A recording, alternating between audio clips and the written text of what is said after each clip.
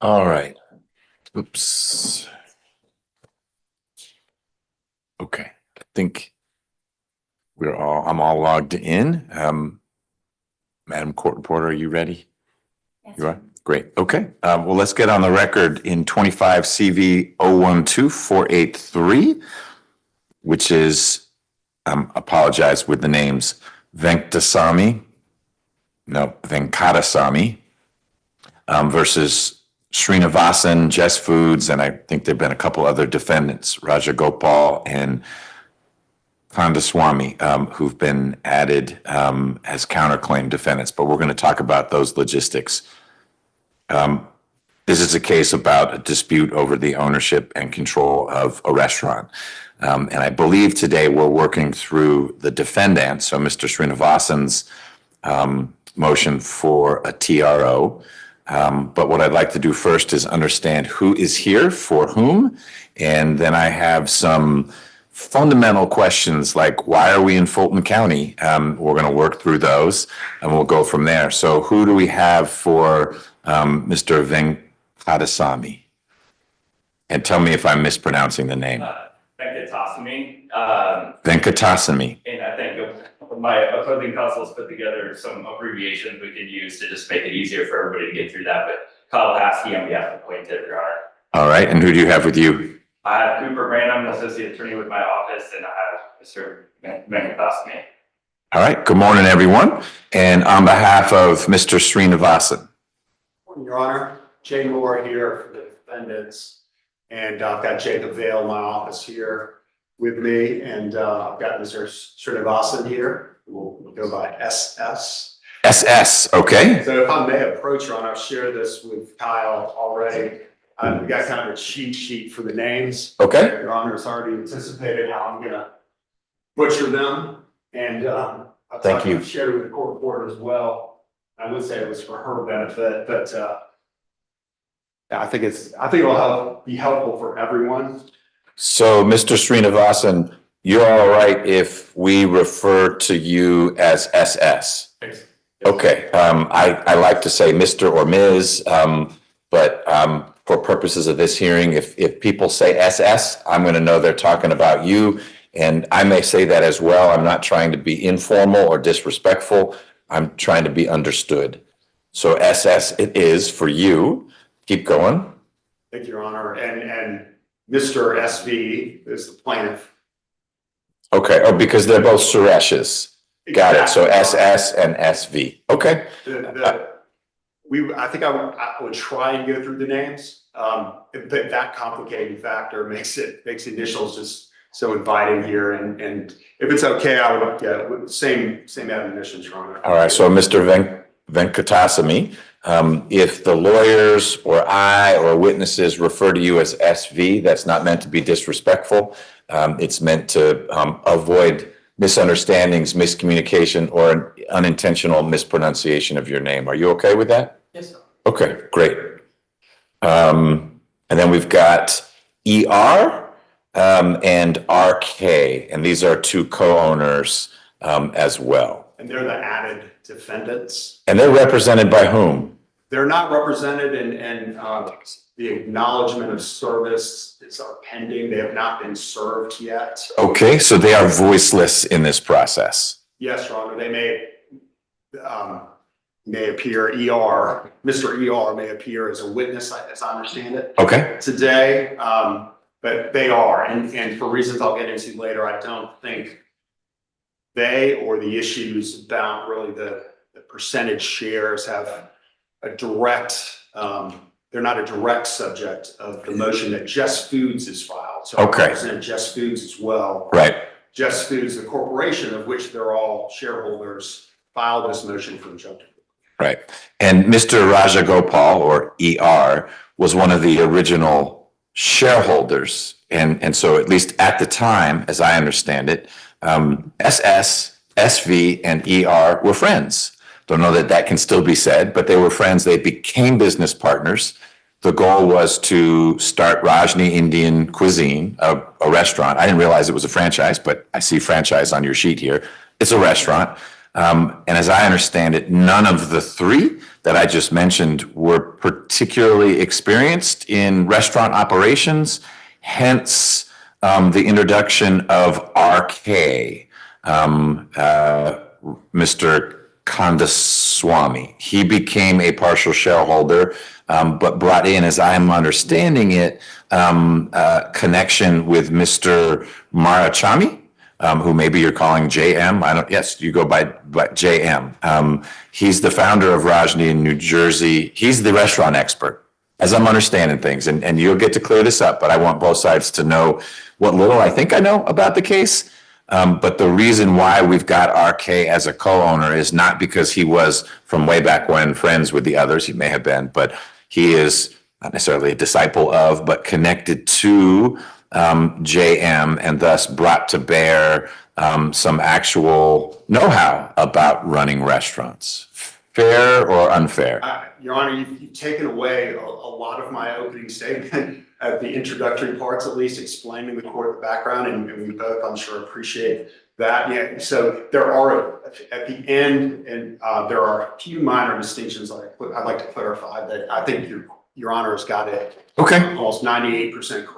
Great, and I am here to learn, so I will unlearn the things I've misunderstood just from my review of the different pleadings, but it sounds like I'm on track that there were the three friends who became business partners, and the stakes that they held were modified over time. There's a fight over, was there an agreement to modify? There maybe was an oral agreement, and then someone regretted that and now contests the dilution. But there is currently, as I understand it, not a majority shareholder. Want to get that. So SS had a majority stake, but lost that majority stake when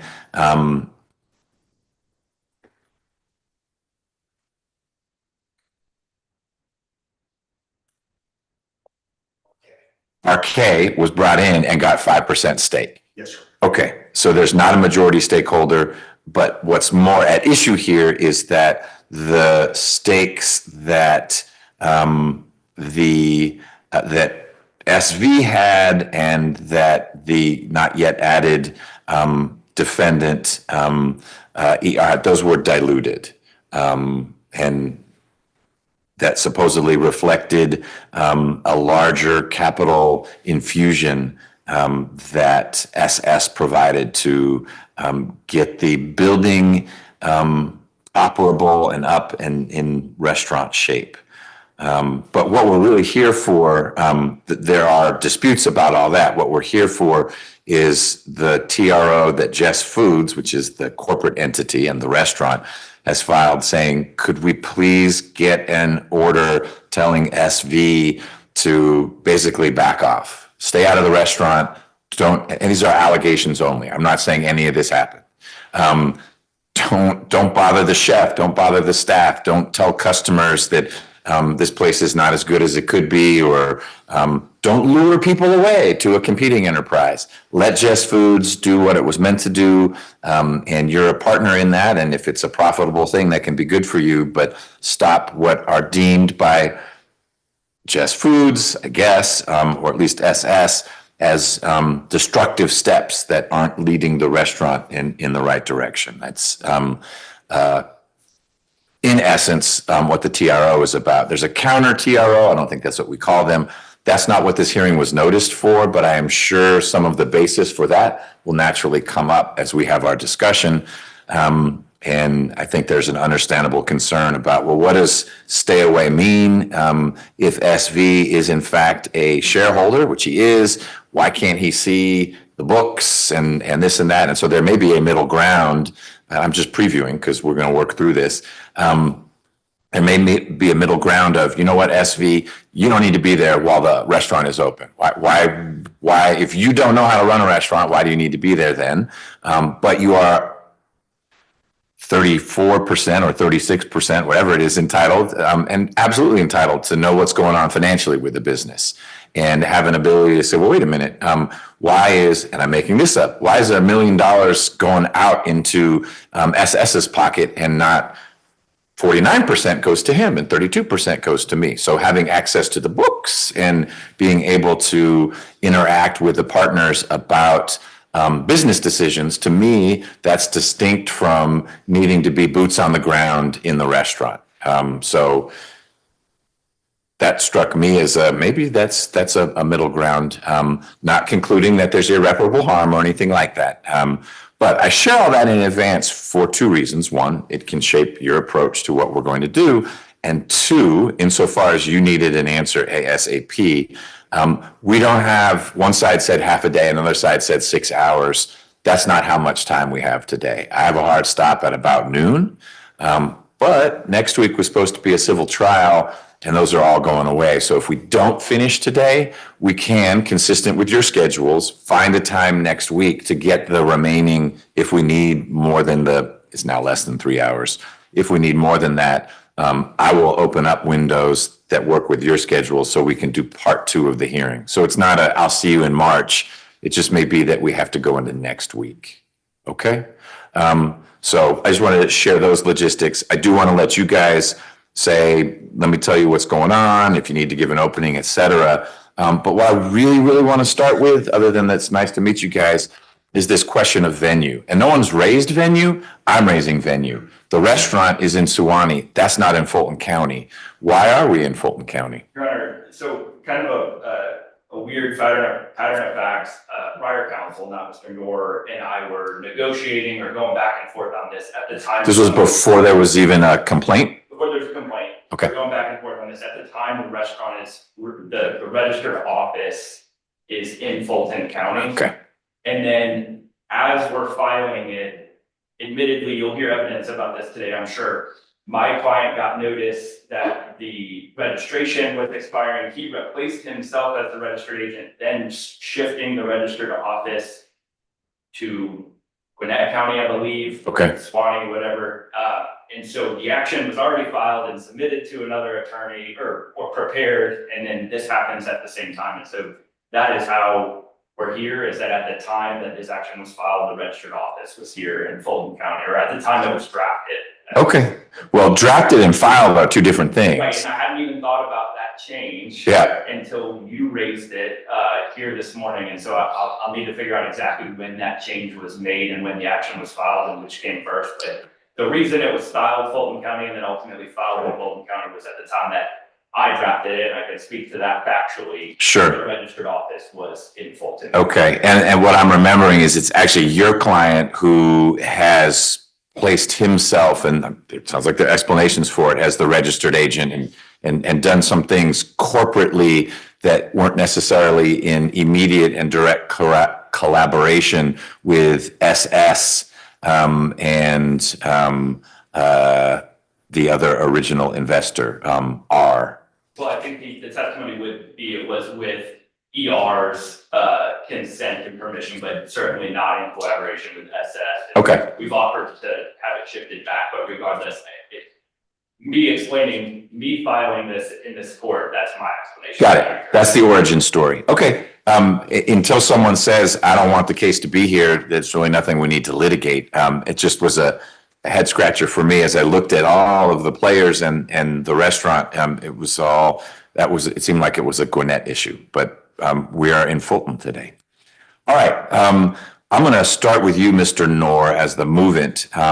Not saying you got to call your first witness, but if there are any other overview things you want to talk about, where you think we are, if you and Mr. Paskey have been talking, and so there's actually it's narrowed to X, or you've been talking and it's expanded to Y.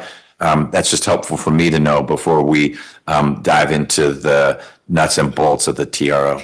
Well, thank you, Your Honor. And it's a pleasure to be before you this morning. I haven't had a pleasure before today, for some reason, but certainly appreciate your comments. I didn't completely rip up my opening statement that I was prepared to give, but Your Honor, you've obviously familiarized yourself with the record.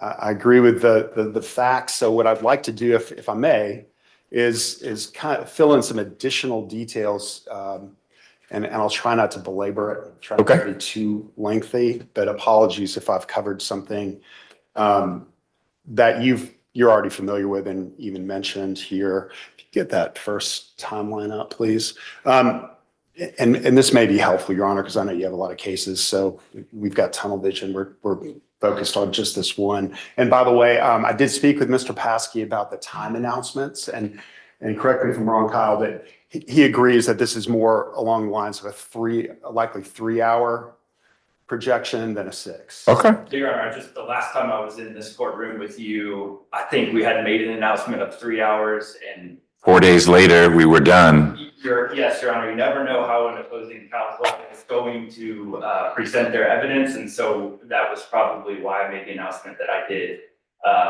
We'll see how it goes. I would anticipate that I have between my argument and presentation of my witnesses, an hour and a half. Okay. So, well, like I said, we'll fit in what we can between now and noon. What we don't fit in, there will be time next week. Unless you are both on leave all week, I bet we can find a time to get the remainder in. It sounds like that wouldn't be too much. It might be we need 1 more hour, but you'll have the time you need to make the case you need to make.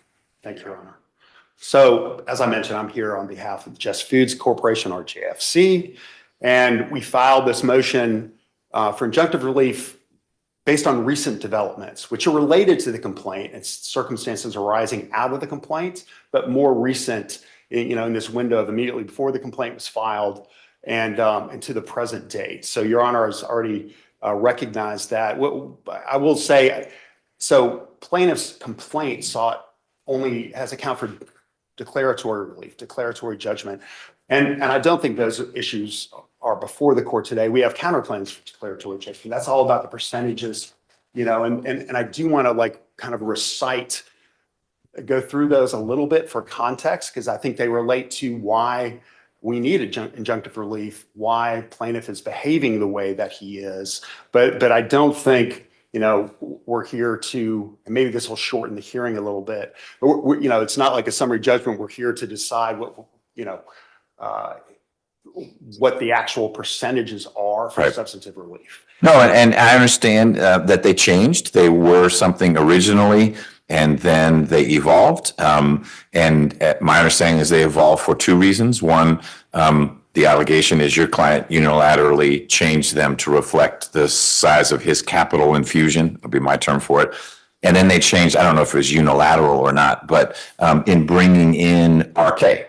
RK got a 5% stake, but as I understand it, that 5% stake came solely out of your client's stake. So it didn't further dilute what had already been diluted for the other 2 partners. They're just pointing to the original dilution. And then in theory, I guess they could be arguing, well, you gave 5% away that it wasn't your right to give away because that was really something you had taken from us. But I think those are all interlinked to what are the right shares for the 3 original partners. And then from that would flow, was it even valid to give 5% to RK to bring them in, and who made that decision? But you're right, today we don't work through that.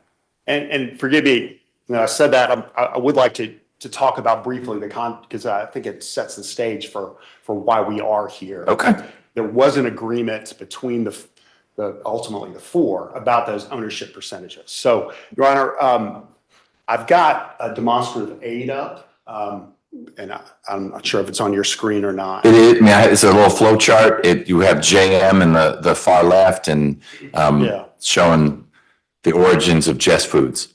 Exactly, Your Honor. And so, and at the front, for a reason, is J. Kumar Marachami, JM, who's the restaurateur, as you've realized and appreciated. And he has a restaurant in New Jersey that started in 2014. It's a very popular restaurant in New Jersey. And he also has a long-time relationship actually with all the shareholders. Okay. Not just SS, but you'll hear that Mr. SV used to live in New Jersey and is familiar with both the restaurant and— Where in New Jersey is the restaurant? Oh boy. It starts with a P. Parsippany. Okay, I used to live in New Jersey for a while, so just curious where in there. Parsippany. Got it. Okay. Thank you, Your Honor. So JM proposes to SS in 2021 that, hey, let's franchise a restaurant. Rajni is the name of the restaurant. So Rajni Indian Cuisine is going to be franchised are proposed to be franchised in Georgia. And they need investment. Lots of franchises, or let's open one up? This is the Sewanee, this is the Jess Foods. Just one. Okay. Only one Rajni in Georgia, and it's in Sewanee, Georgia. Your Honor, and so SS went to his longtime friends, including SV and ER, as investors. And let's invest in this franchise. SV is familiar with it. I think they both were, and they thought it was a great idea. And they knew that JM had the requisite knowledge, skills, and experience from beginning to end, both in setting up the entire franchise and operating it. So he was contemplated and acted as, in practice to this very day, as a general manager, both in the construction phase and in the actual operation of the business. He brought in, so he got all the permits, he worked with contractors, he got the contractors. JM did all this. JM did all of this. What was in it for him? He's not a shareholder. This is his baby. This Rajni is his name. There are no, and this goes to a central part of the case, based on the familiarity and one of the central problems of the case and why the case arose. Right, there's no written agreements. There's no operating agreements between these original three. There's no written franchise agreement involving JM.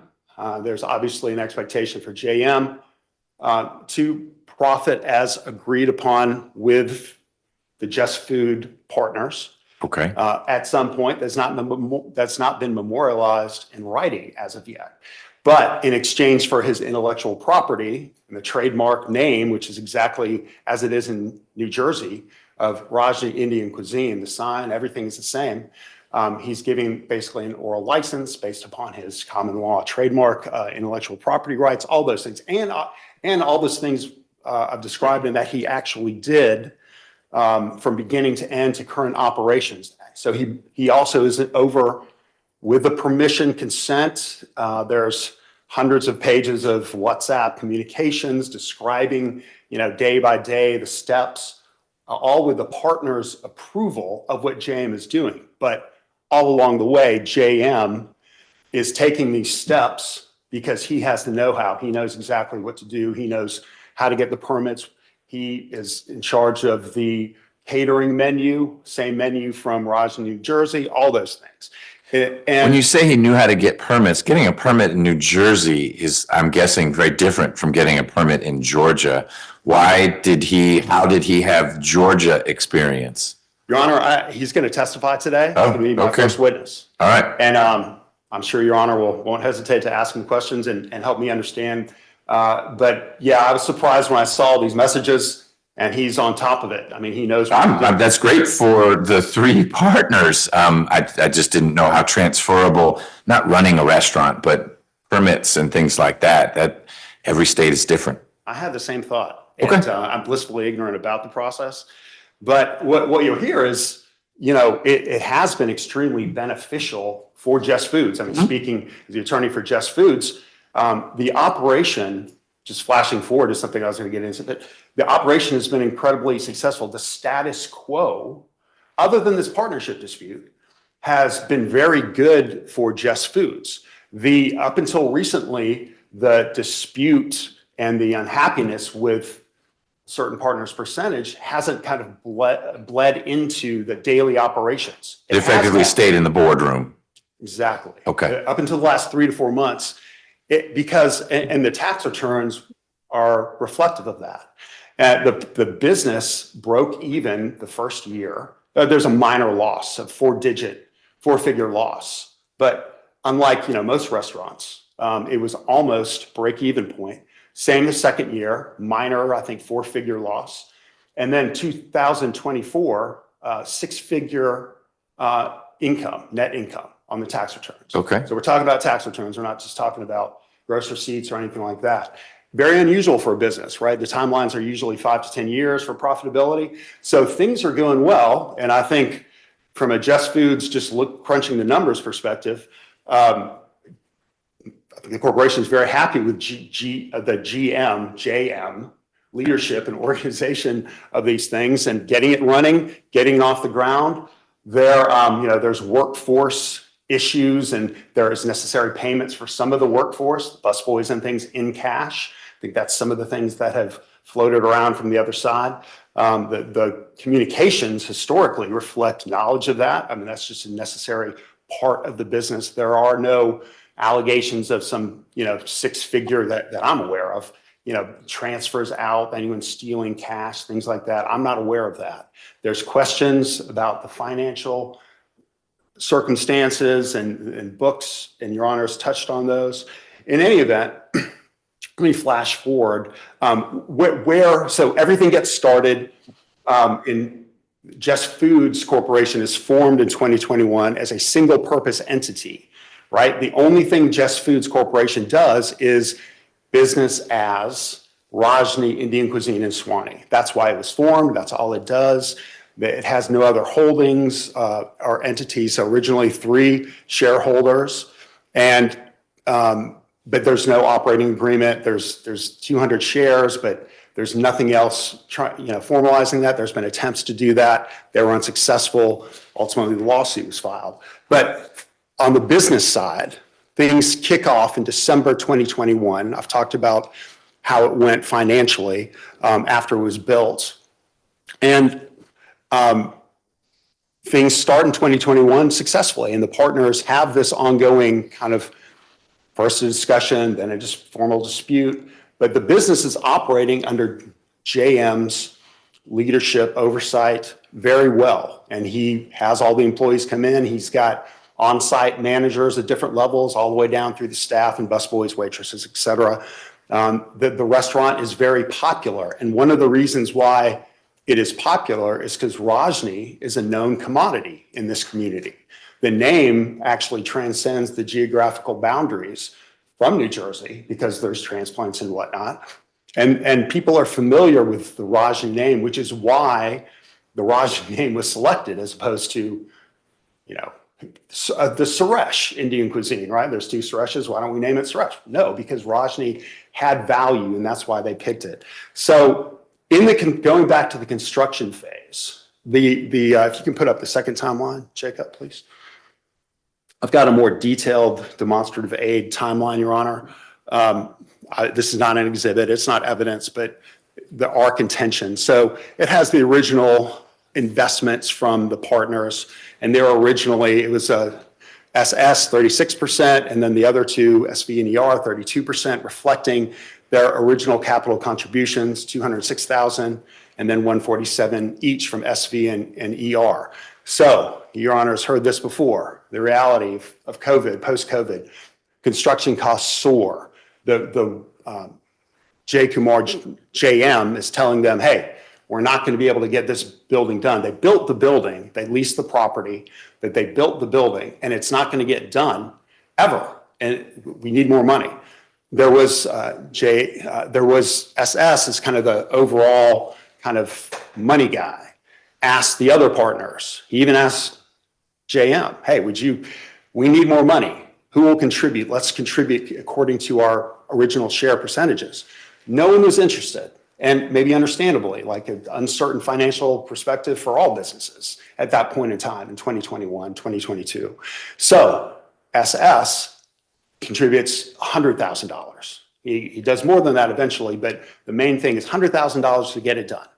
And the final shareholder investments may be reflected. That's what we believe that the final, they each ultimately added $10,000 each, and our guys up to $361,000. So ultimately, and this goes to the merits of the substantive claims that are competing for both parties. But SS suggests to the other partners, we need to change the ownership percentages to reflect. I put in an additional 100,000 plus.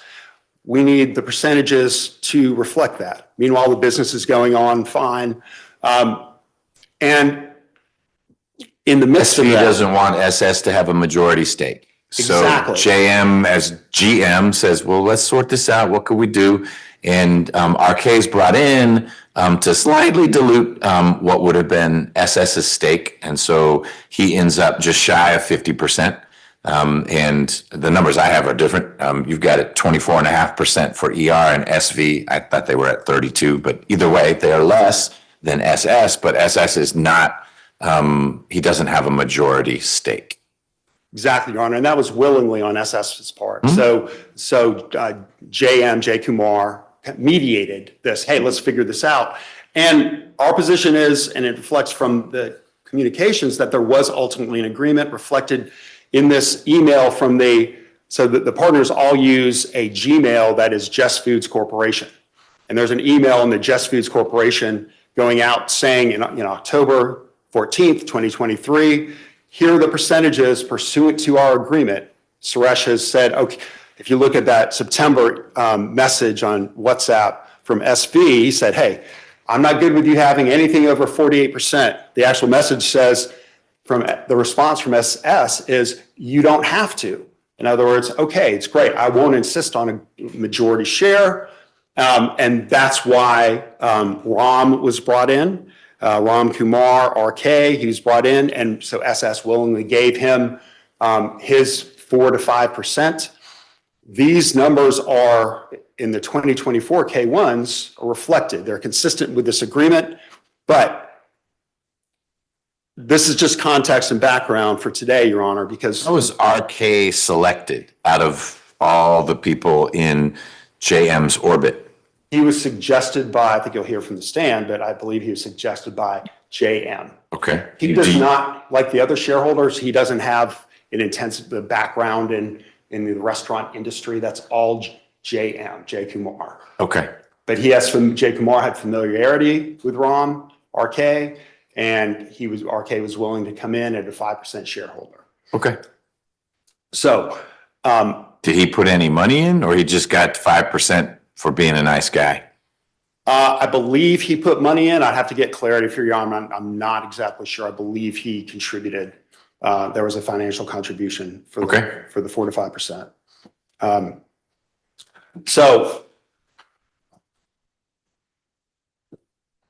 construction finishes. The restaurant's kicked off in December 2021. This background is this dispute about percentages is going on in the background through 2023. But in 2024, I mentioned how the restaurant is starting to take off, and it shows a 6-figure profit. I believe the net income reflected on the tax returns for JFC is about $600,000. Regardless of the specific amount, everything changes financially. Like this, by all indications, this restaurant is going to be a huge success. That's what the shareholders believe. And that prompted a change in attitude and perspective and behavior by SV. So what we see is his conduct in recent months is a product of buyer's remorse. He chose to play it safe and not contribute the money to get the restaurant off the ground. And there's some regret in that, apparently, because SS did, and wants his shares to reflect that. Understandably, that's how it was all set up, percentages based on amount of contribution to the restaurant. So he regrets that, and he wants the original shares, which don't reflect the contributions. Now, that again goes to the substance of the case, and that's all well and good. What's problematic, and why we're here today, is how SV chose to express that unhappiness. Which I should hear about from witnesses. Absolutely, Your Honor. Okay. And I won't describe it here, and Your Honor has already reflected that. And so again, that's just the context. That's why we're here today, and we expect witnesses to prove that there's a risk of substantial and irreparable harm to the business unless Your Honor will take action. There's some additional facts that have come to light that we'll go into with the witnesses that I think are important, but I'll conclude my remarks with that. Thank you, Your Honor. Got it. Thank you. Mr. Paskey, is there anything you want to say up front? I recognize that a lot of what Mr. Knorr said was helping just set the stage. I'm not accepting it as proven. And as he acknowledged, a lot of it is the core litigation about who owns what share, which is really not what we're litigating today. So I don't want to have a whole lot of back and forth. Oh, it was 32%, not 33. But I also don't want you to not get to say anything before witnesses start coming in saying, oh, SV is the worst guy in the world. Yes, if I could, Your Honor. Okay. Just a few things. Okay. Maybe narrow issues. And then, if the court isn't going to, I think you accurately described at the beginning, like their ask here today is that my client stay away from the business, still an owner, still involved in corporate decisions, but stay away from the business. And we'll see if the evidence supports that or not. Okay. If the court is not hearing I think you described it as a counter injunction, but our response included a request for injunctive relief. If the court's not hearing that today and we need to request a separate hearing on that regarding his access to information related to this company, because I do think the two might go hand in hand. I think they do. I'm sorry to interrupt, but that's what I was alluding to at the outset, saying it could be if the information comes in more or less consistent with what's alleged, it seems like a reasonable temporary middle ground would be, hey, SV, let's just take a break from being at the restaurant. But there's no, I don't know why, and I'm not applying this to his conduct, but let's just pretend in the end I describe it as erratic. There's no reason why that happening at the restaurant would mean you don't have access to the books. And when there's a decision to spend, making up a figure, $10,000 or more, the shareholder shouldn't be involved with that. So I see two parallel but independent set of decisions that I might need to make. And one would be, can you be at the restaurant when it's open? And if so, how is that managed? A related but different, and it doesn't need to affect what's going on when the restaurant's open, is why shouldn't you and couldn't you have access to the books? And I know one of the demands you have in your complaint is an accounting, and that ought to be something that is moving forward anyway if he's a shareholder. And I'm not hearing anyone say he's not a shareholder. It's just a question of what size is his stake in the business. So I don't think we'll need a separate hearing because I see whatever relief is flowing, if I'm going to change the status quo, it would be saying, here's what you can and can't do in the restaurant, but here's what you still can do. And I think you have rights to do in terms of decision-making for the corporation. Not do we have Vindaloo on the menu, but are we hiring a new chef? Or are we firing? I mean, something as fundamental as personnel decisions, not the busboy, but do we have 10 busboys? Because that's going to cost us another $50,000 if we double our, so running the business is, in a corporate sense, is different from an operational sense. Agreed entirely, Your Honor. And knowing my client, I'm doubtful that the behavior will be credibly erratic. But if it was, a possible explanation for that is this is a man that is trying to get information about his business and can't get it. The only way he can get it is be boots on the ground. Okay. And so I wrote a couple things down while Mr. Knorr was speaking. A couple of them he cleaned up himself. I would just say to eliminate this issue for the court, talk to my client about this. If SS granted some of his shares, 8 shares it sounds like, to RK, there are no shareholders agreements prohibiting that transfer. There's nothing we can do about that. So even if my client has a problem with it, that is not an issue in this case. To distinguish that from if the company issued 8 new units to RK, we would take issue with that. Sure. So what consideration SS got for and that's what's reflected when you look at the K1s. What happens here is the initial shares are 64, 64, 128. So 32%, 32%, 36%. And what doesn't happen is the company doesn't issue new shares to SS on the K1. What it does is take shares away from my client and from ER and grant them to SS. And I feel compelled. I know the court the court says that this isn't the issue today, and I agree, but I feel compelled to say the case law is clear that if you make an additional contribution to the company without the approval of your partners, without an agreement as to what shares you're going to get for that, that's a loan to the company. You cannot issue new shares or take shares away from shareholders without authority from the majority of the shareholders. And that didn't happen here. I think the record is going to reflect that. So, okay. Which will inform what happens with the claims you set forth in your complaint and the counterclaims. And it might be informing why SV was acting a particular way, but I don't see the TRO saying anything about you need to issue a new K1 with these as the respective shareholdings of the shareholders. Agreed, Your Honor. I don't feel it's appropriate for the court to order that without final disposition of the case. We'll deal with that when the case is ultimately disposed of. Sounds good. And like opposing counsel said, the business appears to be doing well. We don't have concerns that if the court ultimately finds my client is a 32% owner and has only been getting 26% distributions, that the company can't make that right. And so we didn't feel that was appropriate for an injunction. Got it. Okay, let's start with some witnesses, please. So we call JM to the stand. All right.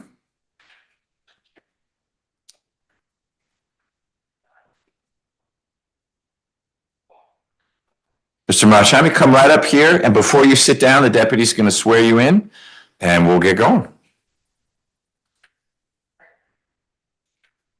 Raise your right hand. Swear or affirm that the testimony you give today the truth, the whole truth, and nothing but the truth. So help you God. Okay. Lower your right hand, state and spell your name for the record.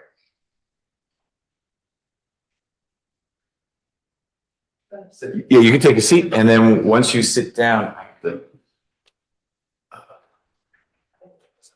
press that. Uh-oh, we've got the wrong. You can start.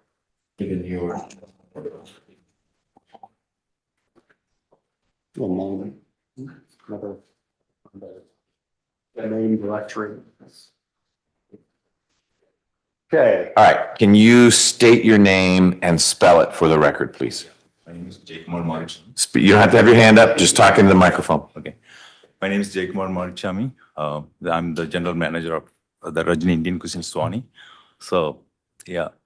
Can you spell your last name, please? Marichami. But can you spell it M? Marichamy. Thank you. All right, and your chair doesn't have wheels, so you got to scooch it forward, but you have a soft voice, which is okay, but I need you near the microphone, please. Thank you. Can you hear me now? You can't, you're good. I just need to get this monitor.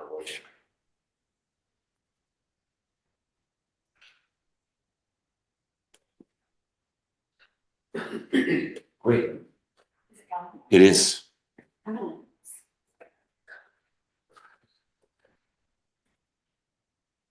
And I'll try and make sure he speaks up if I will too. thank you, Your Honor.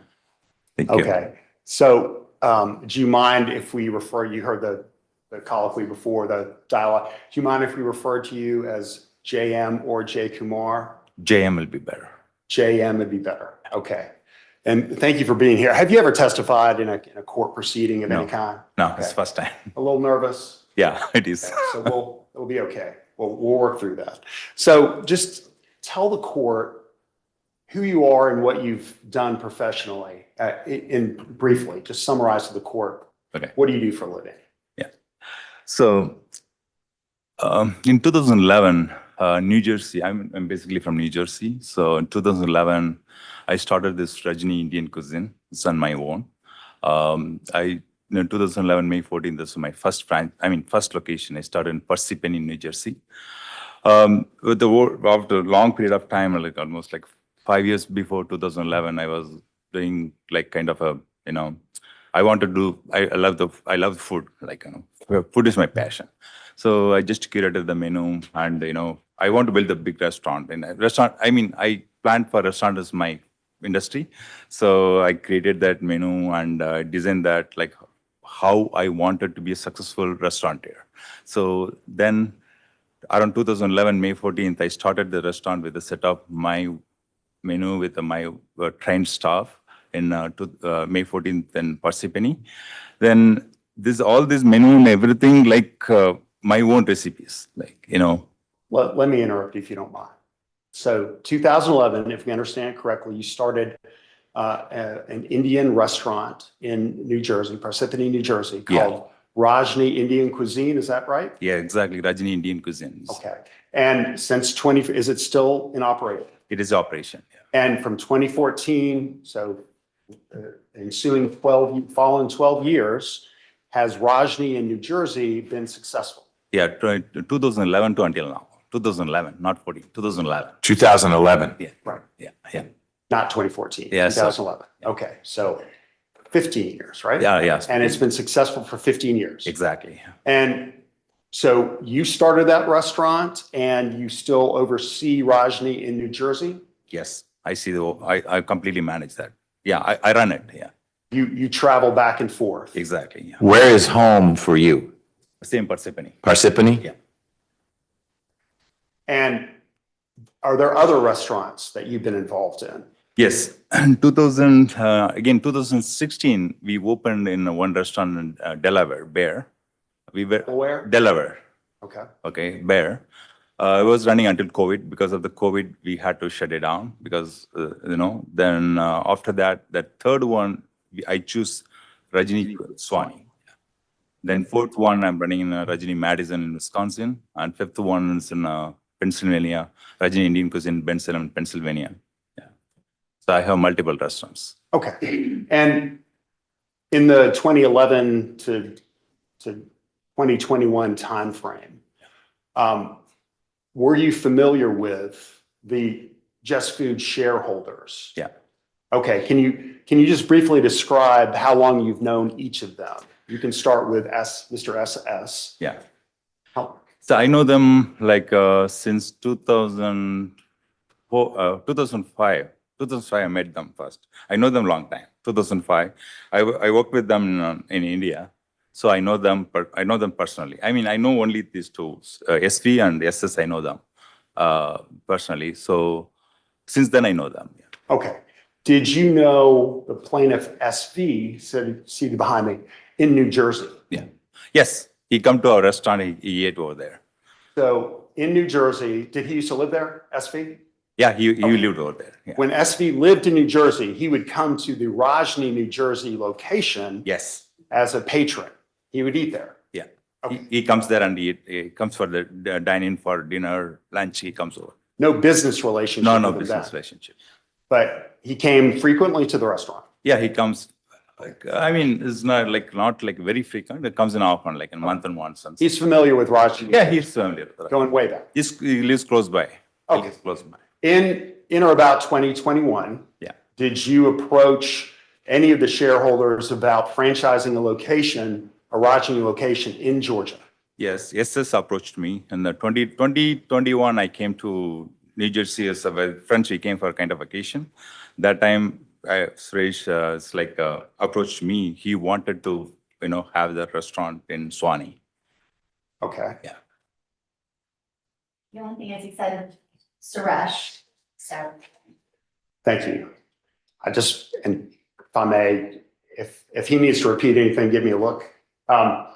Yeah, so you said Suresh, we got two Sureshes, so that's why we're using. I mean, SS, Suresh Srinivas. So if I understood you correctly, you approached Mr. SF. SS, yeah. Sorry for that. defendant. Yeah, SS approached me to, He approached you, he approached me. Yeah, said, hey, Rajni's great. Why don't we start a Rajni in Georgia? exactly. That's Because, okay. yeah, he knows about me because I'm running the restaurant. He knows about me. And he heard good, reputation about Rajni. He knows about how the Rajni works. So he was approaching me many times. He wanted to have a restaurant over here in Swani. Okay. And let me ask you this about the three original shareholders, BR, SV, and SS. Do any of them have a background in the restaurant industry No one has any background in the restaurant industry at all. other than you? But they don't. No one knows how to run the restaurant. Okay. And so where did it, SS approached you and you thought it was a good idea to start a Rajni franchise location in Georgia? I don't understand the question. Did you tell SS that you would be willing to start a Rajni franchise location in Georgia? Yes. And what happened next? Did he approach others? Yeah, he approached me initially that he heard a lot about Rajni, how Rajni, because he also came to Rajni, he ate over there. He liked the menu and the way we run the SOPs and the way we operate the business. The food especially, like the menu is like kind of authentic Indian taste, right? He mentioned that to me. This will be a perfect fit for the Atlanta area. He approached me multiple times. Then after that discussion, everything started. We moved in. When SS was talking to you about this, had you ever been to Sewanee before? He was talking to me before that, but after I came in, then I came and visited some of the areas. Then we materialized a little more further. Because before he was talking, we wanted to have a restaurant over here in Atlanta. Now he was talking a long time, From 2020, 2020 onwards, he was talking. 2021 is materialized, yeah. Okay. And are you aware that if SS approached the other shareholders about participating, investing in this franchise project for Rajni, Georgia? Yes, he consulted with me. I know, SV also I know him well. And he mentioned that like he wanted to get in 3 other partners. He mentioned that. He had a discussion with me. He had a few partners.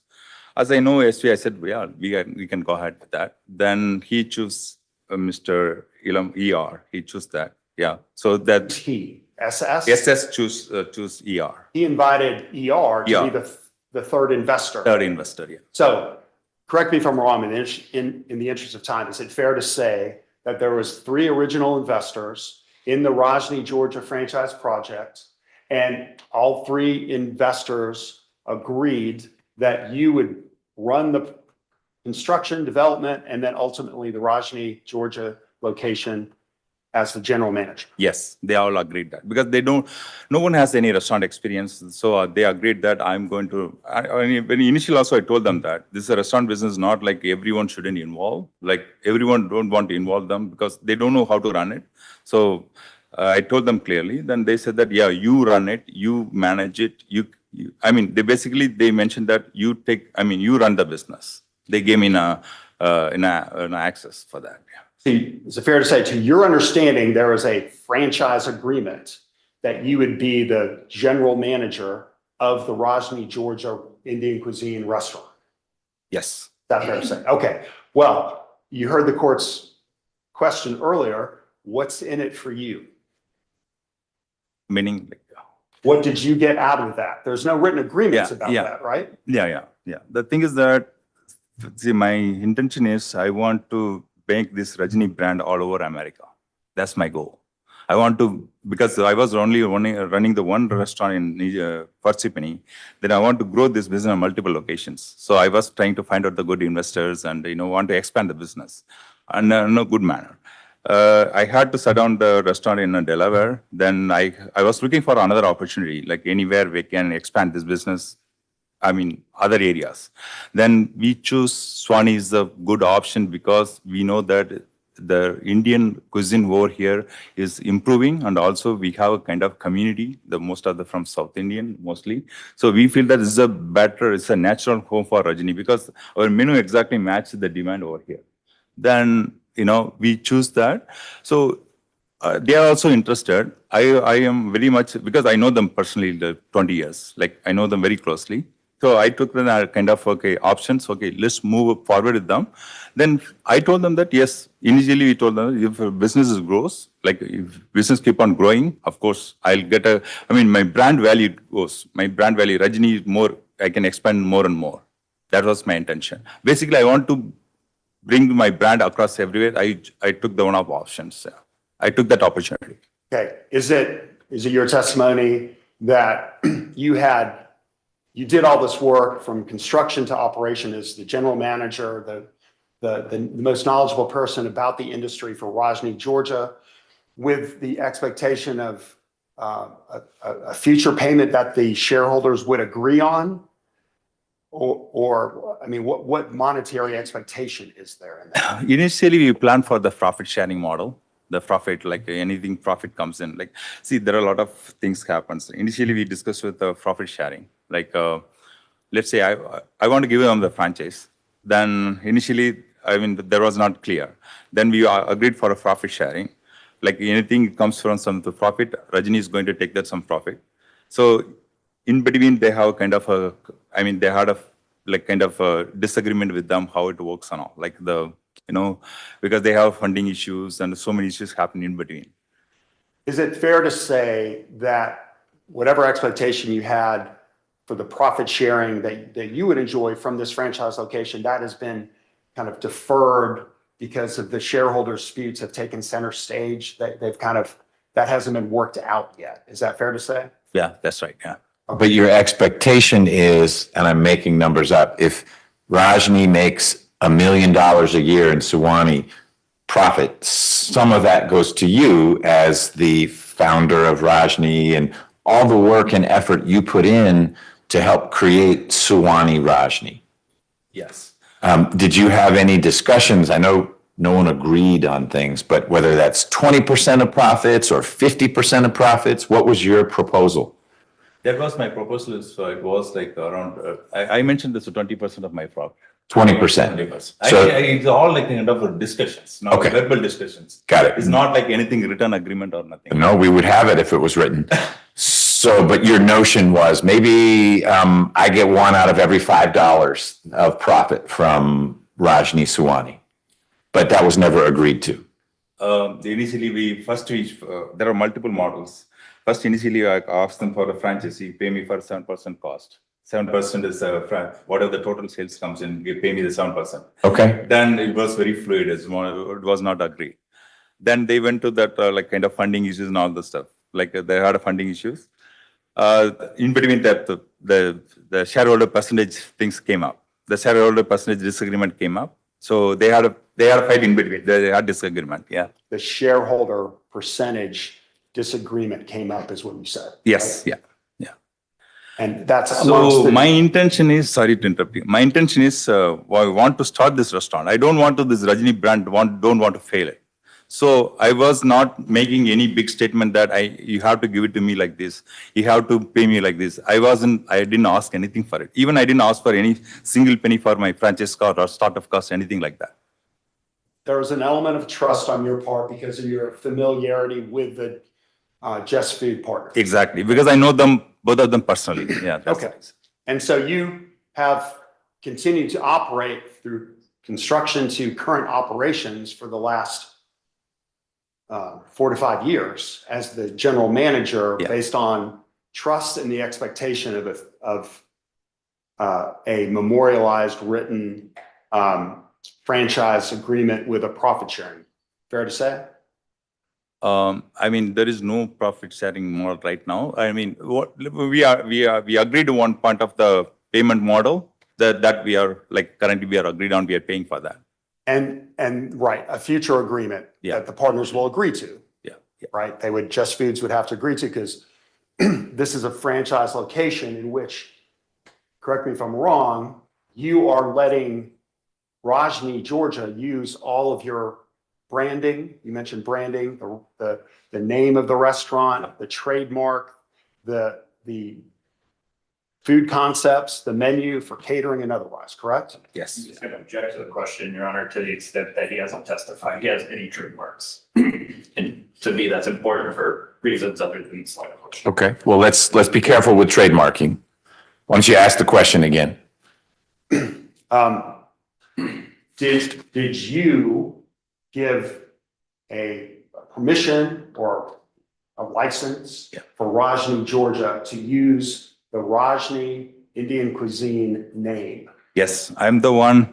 When we are planning for the signage and all, I gave that logo. I gave that what is the logo is going to be. I sent them an email, use design and all. I gave the permission to them. I sent an email to them. During the construction phase, when you were acting as a general manager for the startup of Rajni, Georgia, were you the one who organized with contractors the creation of the lettering, the exterior, the facing, the advertising for Rajni, Georgia? Yes. So I'm the day one I involved in an architect. I took them. I took them the architectural design and all. I involved it. I designed that whole restaurant. Then also I worked with the designers, worked with the contractors, how it's going to be. I worked with the furnitures. I worked with pretty much everything is done by me. But the thing is that because I live in New Jersey, before I start this restaurant, I spoke to them. I told them that I don't want to involve these 3 people. You guys give me one point of contact. All gave me the contact of SS. So I worked with them. I called the Forsyth County Health Department or Fire Department. Something they want me to come in person because even though I'm not an authorized owner, I'm not the shareholder. So they want some of the shareholder to be there. Then I'll ask SS to be there in person. So We got to take a quick pause. Thank you for being here. So this week, this has been given that message, but if I powered it off and popped it back on, it will go to the correct camera, but every time now this week we've been signing on, we get that saying you're using the wrong camera. Can you see what it says? You can move it because it's not showing our witness. And so I guess it was yesterday, Deputy Gordon powered it off. We popped it back on and it was all good.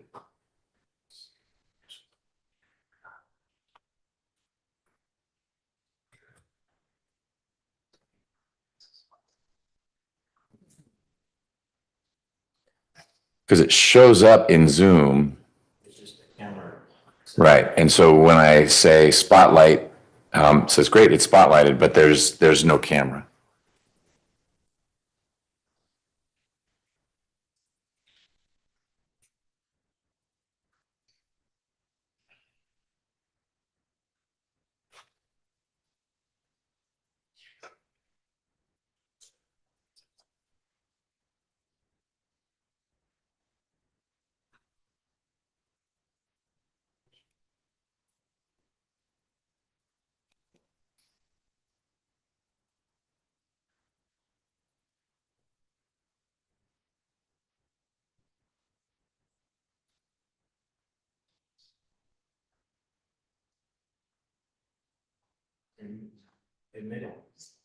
Like, so should I drop it? Oh, it did drop. Yeah. Okay.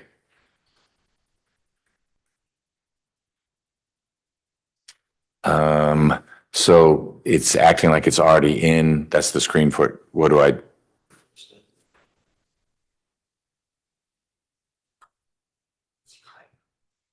Okay, now go to Zoom. And then. Maybe I'm wrong. You may have joined. The one that came up naturally is one from this afternoon. So, That's. oh, here we go. Now I can do new meeting.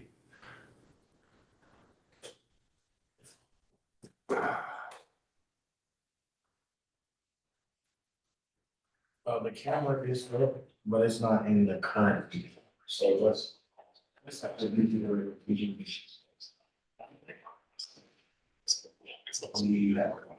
It's 913. Oh.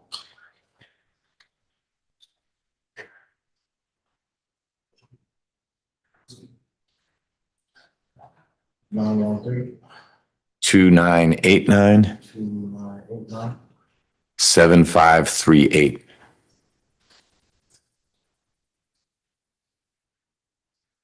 Yeah, code.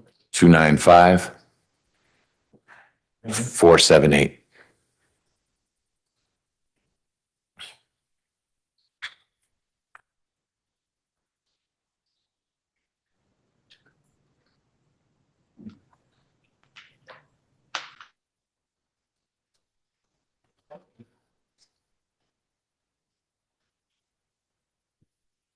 So it's still not the right camera.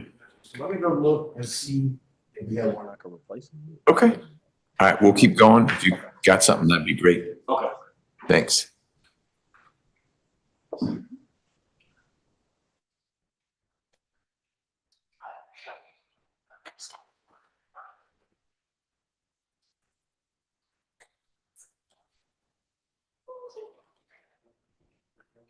Just wait for you to tell me when to go, Your Honor. I will.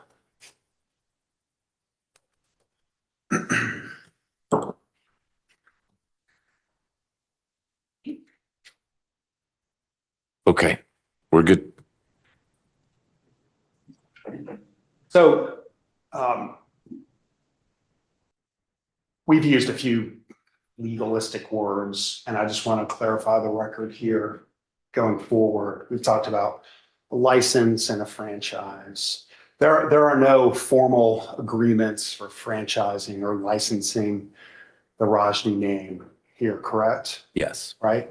And no lawyers were involved in developing anything along those lines, correct? At least originally, with the Rajni, Georgia location, correct? Come again, so Jay, I don't. No lawyers wrote up franchise or license agreements, No license agreements, yeah. not for Rajni, Georgia. There was an understanding among the three original Jess Food shareholders and yourself about these things, right? Yeah. And you talked about it as Rajni, Georgia being a franchise location, maybe not in the strict legal sense, but those are the words that you used, right? Yes, that's right. With a written agreement to follow at some point. Yes, right? we going to, I mean, in between this, all this problem came in, so we stopped that, yeah. And same with the license of the Rajni name, there is an agreement that you would allow Rajni, Georgia to Yes. use the Rajni Indian cuisine name. Right. Because they not even know what is a Rajni before. So I'm the one I gave that logos and license, I mean, the name, everything to them. And most of the shareholders were familiar with Rajni, New Yeah. Jersey, and they wanted to use the Rajni. They know Rajni quite long. And is it fair to say that the Rajni name has value in the community, Yes. even in Georgia? Yeah, because the guys for here community, they travels to New York City. I mean, New Jersey, New York, they come in for the work. They know, they're very familiar about the Rajni. Because they're the community, they know me well. So they know that there's a good Indian restaurant, this has the traditional food, you can get it over there. They know, authentic, yeah. And you were willing to let Jess Foods Corporation that does business as Rajni Indian Cuisine Georgia use the Rajni name for the reasons you've already testified to, with the understanding that you would control the product on the ground, the product coming out to the customers, and ultimately there would be some profit sharing arrangement reached with Jess Foods, correct? Yes, yeah. And in which all your work in setting it up and running it and operating it would be compensated. Yes. Okay. And along with plans to do Rajni or franchise Rajni in the colloquial sense, at least in other locations and states, right? Yes, that's This what is a plan. model. Model, yeah. They were planned to, yeah. Did you ever was there an understanding, to your knowledge, that the Rajni name was something that you had ownership and interest in? I'm the one that found a Rajni. Okay. And it was being used by the Jess Foods shareholders and partners with your express permission? No one. I don't follow your answer, and I want us to get to what's going on in the restaurant now.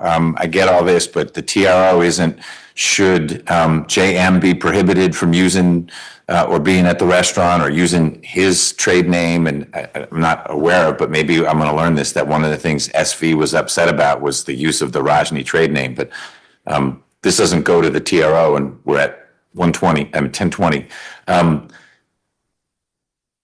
Ask your question again, because I don't think JM understood it. I don't think you did, Your Honor, but this is actually leading up to something important and current that is the subject of the TRO that we recently learned of. So Okay. let me, and I apologize for not getting it too faster, but I'll do that now, Your Honor. So let me ask that question again, because I don't think you understood it. Okay. What did you give Jess Foods a license or permission to use the Rajni name subject to your control, your over it? Yes. See, when I started the business, I mean, when we started this Swanee location, I gave the permission to use the Rajni name, Rajni Indian Cuisine, because they don't know how to get any, like, the signage and all, they don't know now. So I gave that, what is the signage we use it with the logo, I gave it to them. And also I gave the permission to use the Rajni Indian Cuisine, because they not even know what is a Rajni before, and no one knows, no one have any restaurant experience at all. So Is it your understanding that you could, that was your name to give or to take back? The Rajni name? yeah, I can, it's my own, it's like I gave it to them, I can take back. Right? So if pretend there was another partner, RM, that's me. Okay. And I was one, and you said, great, I look forward to working with you. And I decided, I think I know how this works. I'm going to open up a restaurant in Alpharetta. I'm going to call it Rajni. I don't coordinate with you. I don't want your input. I don't want your menu. It's going to be North Indian cuisine. But that Rajni name has got good recognition. Was I allowed to set up my own Rajni? No, you're not, because I'm the Rajni I've been using from 2011. Okay. The business commenced on the 2011, I made the business and the commerce. So I have the rights to the one that brand. Okay. Have you recently discovered that one of the shareholders for Jess Foods is trying to trademark the Rajni Indian cuisine name for himself? Yes. I found out that was the thing. It was shocking for me. It's really shocking for me. So with the one of the shareholder is used my name with the one I founder, they're stealing all my IPs, and that was really shocking. That's the reason I'm really tired of doing this business with this Rajni Indian cuisine Swani.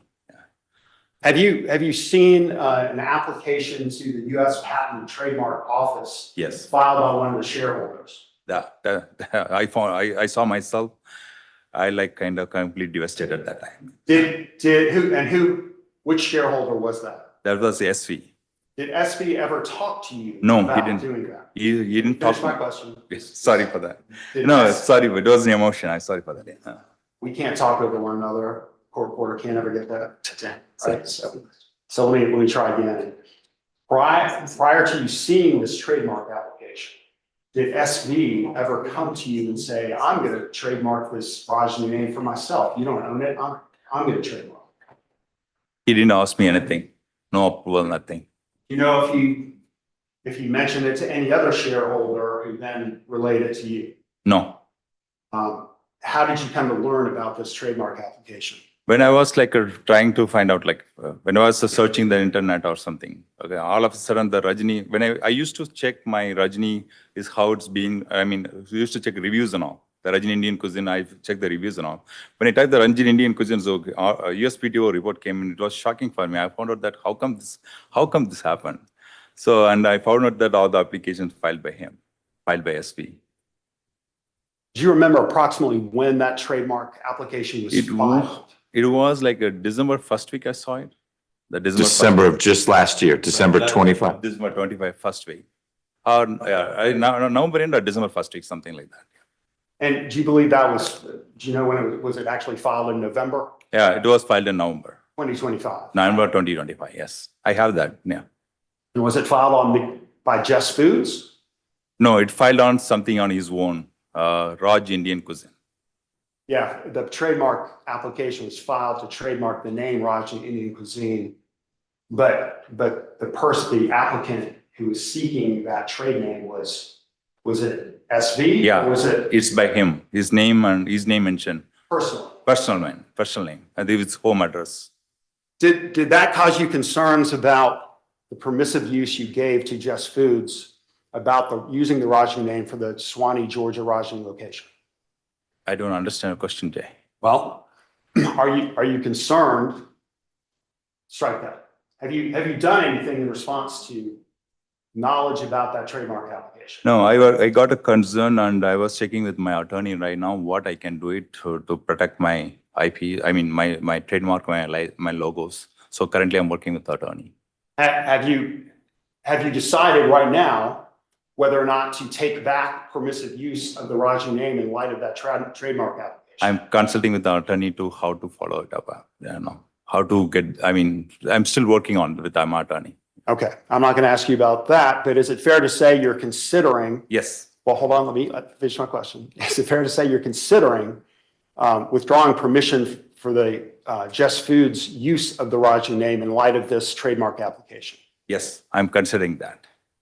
Planning to take it back. What, in your opinion, as the general manager from 2021 to 2020, well, to current time for Rajni, Georgia, what would be the impact, positive or negative, if the Rajni, Georgia location could no longer use the Rajni Indian cuisine name? I'm going to object, Your Honor. He is not the expert. It doesn't have the foundation to answer that question. It's asking what is the impact of changing this business's name? What would be the financial impact? As I understand the question, he's not qualified to answer that question. If not this individual, who on planet Earth would be in a position to answer that? A certified value analyst or a branding expert. This man has a trade name. He doesn't operate under any other trade names. He doesn't know what it's like to operate a business under a different name. He clearly didn't trademark this. He has, in my opinion, very little understanding of what the impact of operating under a different name would be. Okay, If I can respond, Your Honor. you can. And I can clarify my question. I'm not asking for like the legal implications, the accounting, financial implications, or to quantify the impact. I'm asking him for the impact on the customer base that frequents Rajni in Georgia, and in light of his day-to-day experience in running the business, Okay. and including from a marketing perspective. And maybe I can lay a better foundation, because I realize trying to short circuit things, I may not have gone through everything that he did, but including marketing. But wouldn't it in the end be speculation? If we changed it to a different name, but it's the same location, and there's not a suggestion that there'd be any different workers there. It's a speculation whether customers would say, oh, we're going to our usual place, but it's got a different name now, but it's the same great food. I think since he's involved in interacting with the customers and does the marketing, he can comment upon the impact of the Rajni name and bringing in those customers, both originally and as repeat customers, and word of mouth, et cetera. Okay. I guess if you want to lay some foundation, you can. I'll point out that we still haven't heard anything about what's going on inside the restaurant. And that seemed to be the main thrust of your concerns. I know this was newly discovered, but it's a different type of concern. SV was able to do, allegedly, whatever he did about trying to trademark something without ever setting foot in the restaurant. So that's a different sphere of, we'll call it, potential interference with the operation of the restaurant. Explore what you want to explore. Your Honor, to shortcut this, I'll withdraw my objection if it allows, understanding the bias and the perspective that his opinion on this is coming from.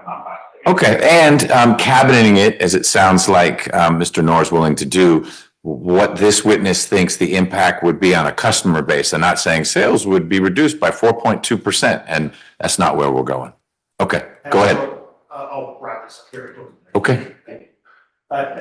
What impact, if any, would, based on your experience in running, operating, marketing, the Rajni, Georgia location, would their inability to use the Rajni name or a name change to a different restaurant have? Rajni has its own standard operating procedures, how to run the business and how the menus are, how our trained staffs are there, our chefs, especially our menu, how it works. Only I know I'm the operating manager. If I take it back, of course, the customer feel it completely different. Of course, they don't find the different name and a different taste. The customer don't show up again. They don't show up again. It's going to be the big impact for the customer over here. First time they may come in because they see in the different name and different taste, a different menu. Because our menu is, even though the same name they have it, they cannot make exactly what we used to deliver. It will not be same. It's all our own in-house recipes, our own menus is designed. So no one can produce it. So you're wedded, and obviously the concept that you brought to Georgia, to the Rajni name, and you think it has importance. Is it fair to say, though, in your opinion, that if the Rajni name was taken away, you think it would have an adverse impact, a harmful impact on the ongoing business operations for the Rajni, Georgia restaurant? Definitely, 100%. All right, and you were involved in, I don't think I asked this before, just real quick, you were involved from the get-go in the construction, but also the marketing, the Facebook pages, all those things you developed, all the marketing you developed for websites, et cetera, and handled exclusively.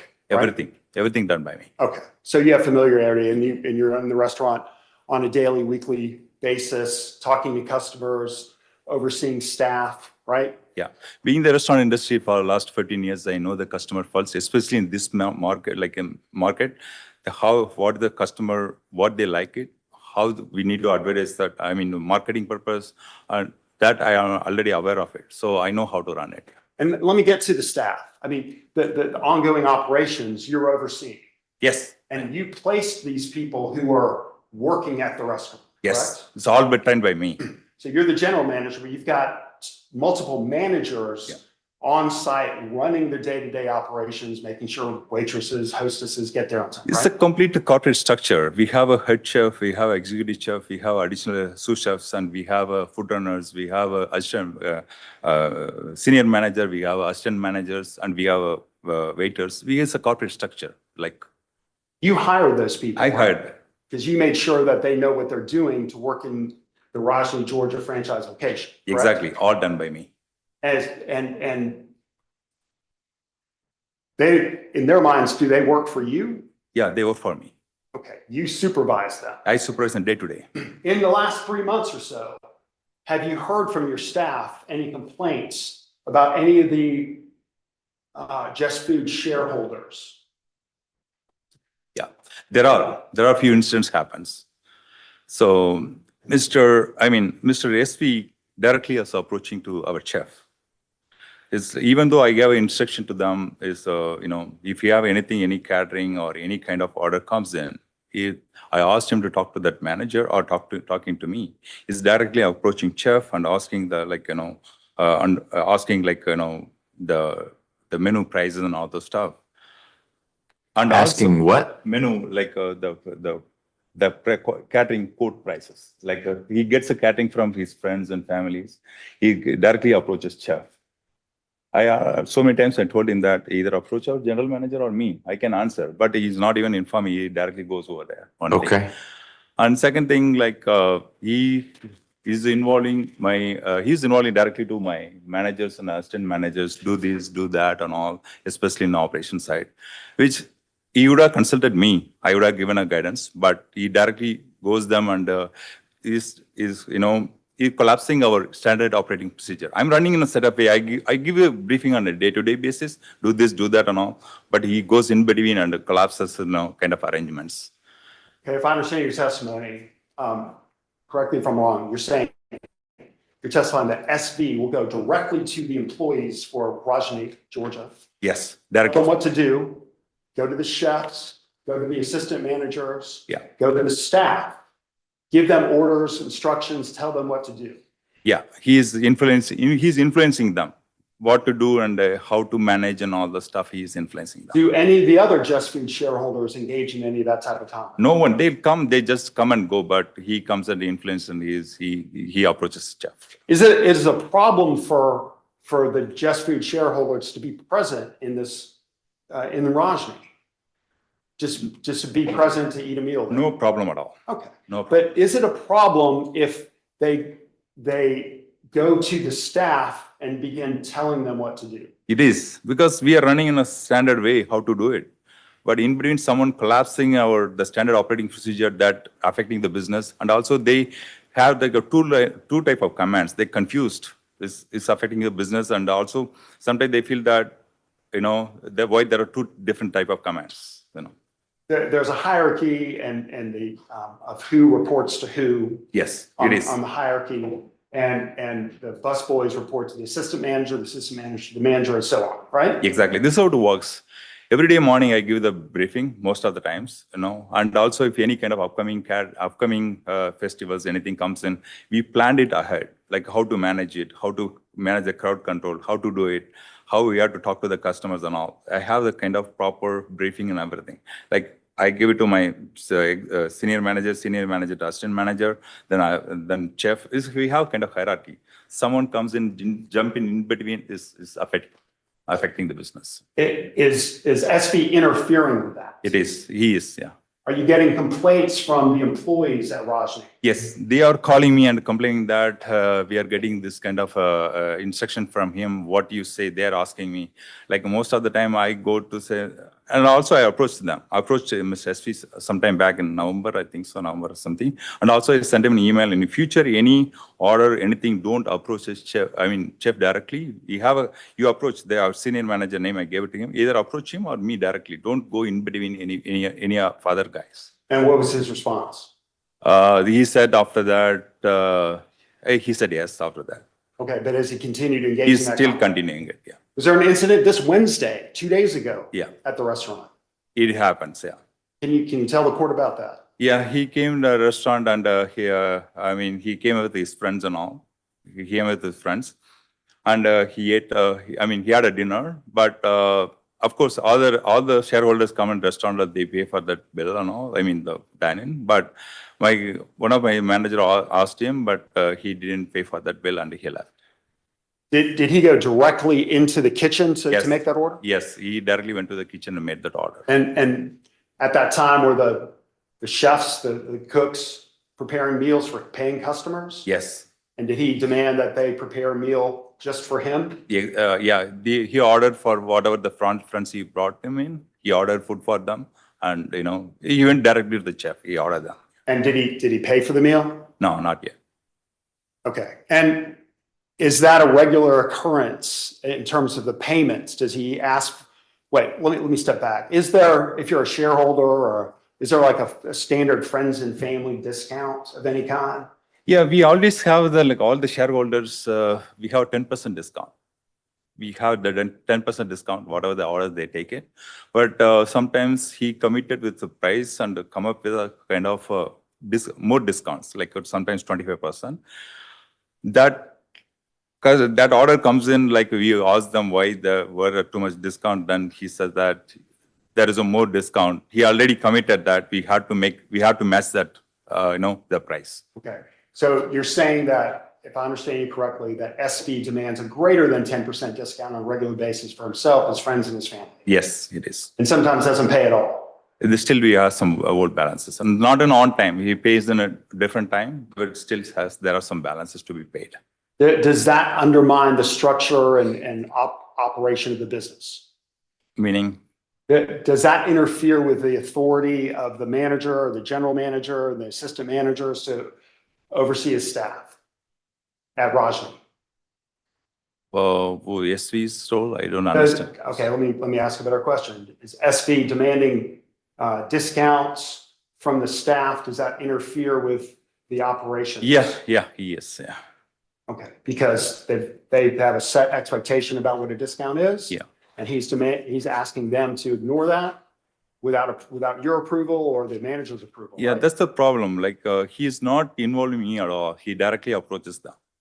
Most of the time, sometimes he comes in. If they deny, sometimes they comes to me. But most of the time, he directly approaches them. Yeah. Okay. And it's not something. It's something that you got complaints about from the employees. Yeah. My employees, my managers called me, my chef called me, and saying that this is how it's happening in the restaurant. Why? They're kind of confused now. Okay. I assume that your workforce is important to the success of the restaurant. Exactly. Right? If you lose chefs and waiters, that can be difficult on the rest of the staff and the success of the restaurant, right? Yeah, because the whole flow is collapsing right now. It's like the two different type of commands. They are kind of confused, and also they're talking outside that Rajni is not right. Like kind of a reputation risk I have right now. Okay. They're talking outside the the friends and the other restaurant competitors. They're saying that Rajni has a lot of problems. They're kind of reluctant to. They're not comfortable to work with me now. Are you concerned about staff leaving because of this dispute? Exactly. Yeah. They kind of afraid. They are kind of fear right now that what is going to happen. This guy is going to stay with. They're kind of confused completely. Yeah, let me break that out. Are you concerned about staff leaving about what you've described as SV's behavior and giving them orders and interfering with the chain of command? It's like kind of what they're saying is there are two. He is interrupting. Even though I have the proper kind of hierarchy, that he's interrupting.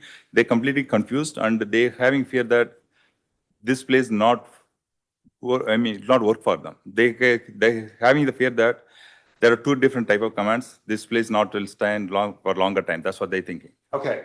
Are you saying that the employees have heard about the dispute among the partners? Yeah. And have some concerns about the stability of the business? Yes, exactly. That's what. Your Honor, two levels of hearsay there. The question asked, is he hearing that the employees are hearing about something? So I would object on. Okay, and you've been flexible with hearsay, so we could progress, but we need to get employees to talk about that. Okay. All right. We've got two on Zoom. Okay. Your Honor, so I'll have you gotten, as the general manager, have you formed an opinion in observing the daily operations of the restaurant and including marketing, talking to customers about whether there are concerns about the stability of the business based upon this shareholder dispute. Yeah, because now it's most of our employees know about it. Like the dispute is currently going on. Do you know who's talking about that with the employees?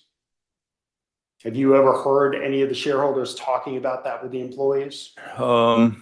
I don't know really because I don't want to comment it, like who is talking, who is informed, but they know about it. Okay, so someone is, to your understanding, is telling the Yeah, someone employees. is telling I'm not telling. So without me, like someone is telling to them, know about this. Has, to your knowledge, direct knowledge, has SV confronted chefs, including the head chef, about whether they will work with him if you leave the restaurant? Yeah, he approached one of my head chef and he asked them that, what if Jay Kumar leaves, will you stay with, will you stay with this restaurant or not? He asked them. So you have direct knowledge that he's introducing the possibility of you leaving? Yeah, Okay. of course he will. Have those employees, okay, never mind.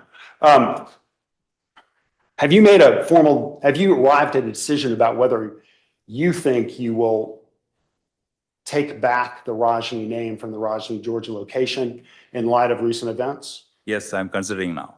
You're considering it. Considering now, because I'm tired of the disputes, and even though I'm not getting single penny out of it, like no franchise cost, nothing, I'm putting a lot of effort. Now I'm finally getting all these kind of problems. I'm considering to take it back now. You have not made a decision yet. Yeah, it's not yet, but I'm considering to take it back. Are you looking for some stability, including from the court, for strengths on these activities interfering with the operations of the business? Jay, I don't get your question. Sure, fair enough. Bad question. Would it be a favorable consideration and factor for you if there was some restraints, some stability imposed, including from the court, about these activities that you've been testifying about? Yeah, exactly. If I get a kind of solid kind of decision or something, if I get that it is not collapsing my business, then I'll stay back. If not, I'll move out. Then in other words, you were fine with the status quo the way things were up until about 3 months ago. Yeah, exactly. Yeah, I'm fine with that. Before the behavior from SV started. Yes. Okay. And have you incurred costs? Have you hired an attorney? I don't want you to say what you said to your attorney. Have you hired an attorney to help you with the trademark issues that have come to light in what you've discovered that SV's done? Yes, currently I'm working with the attorney to how to protect my trademark. And those costs and attorney's fees are solely the result of It is. what SV did, Yeah, so I'm paying more for that attorney to protect that. Yes, I'm paying for that. without any payment as of yet. I already made some payments for attorney. You haven't got any payments whatsoever from Rajni, Georgia, for your work you've done since 2021. No, not yet. All right, those are my questions, Chair. Mr. Paskey, do you have questions for JM? Sure.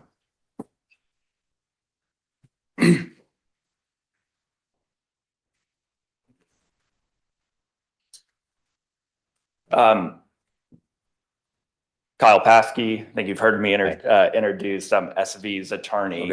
Okay. Thank you for being here today. I'll just jump right into it.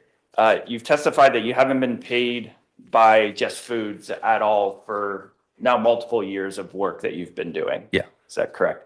Does your wife receive any payment? My wife is the employee for Jess Foods. Okay. Does she work in Georgia? He's taking all the back office operations. He's doing it, all the marketing and the promotions. He's taking care of it.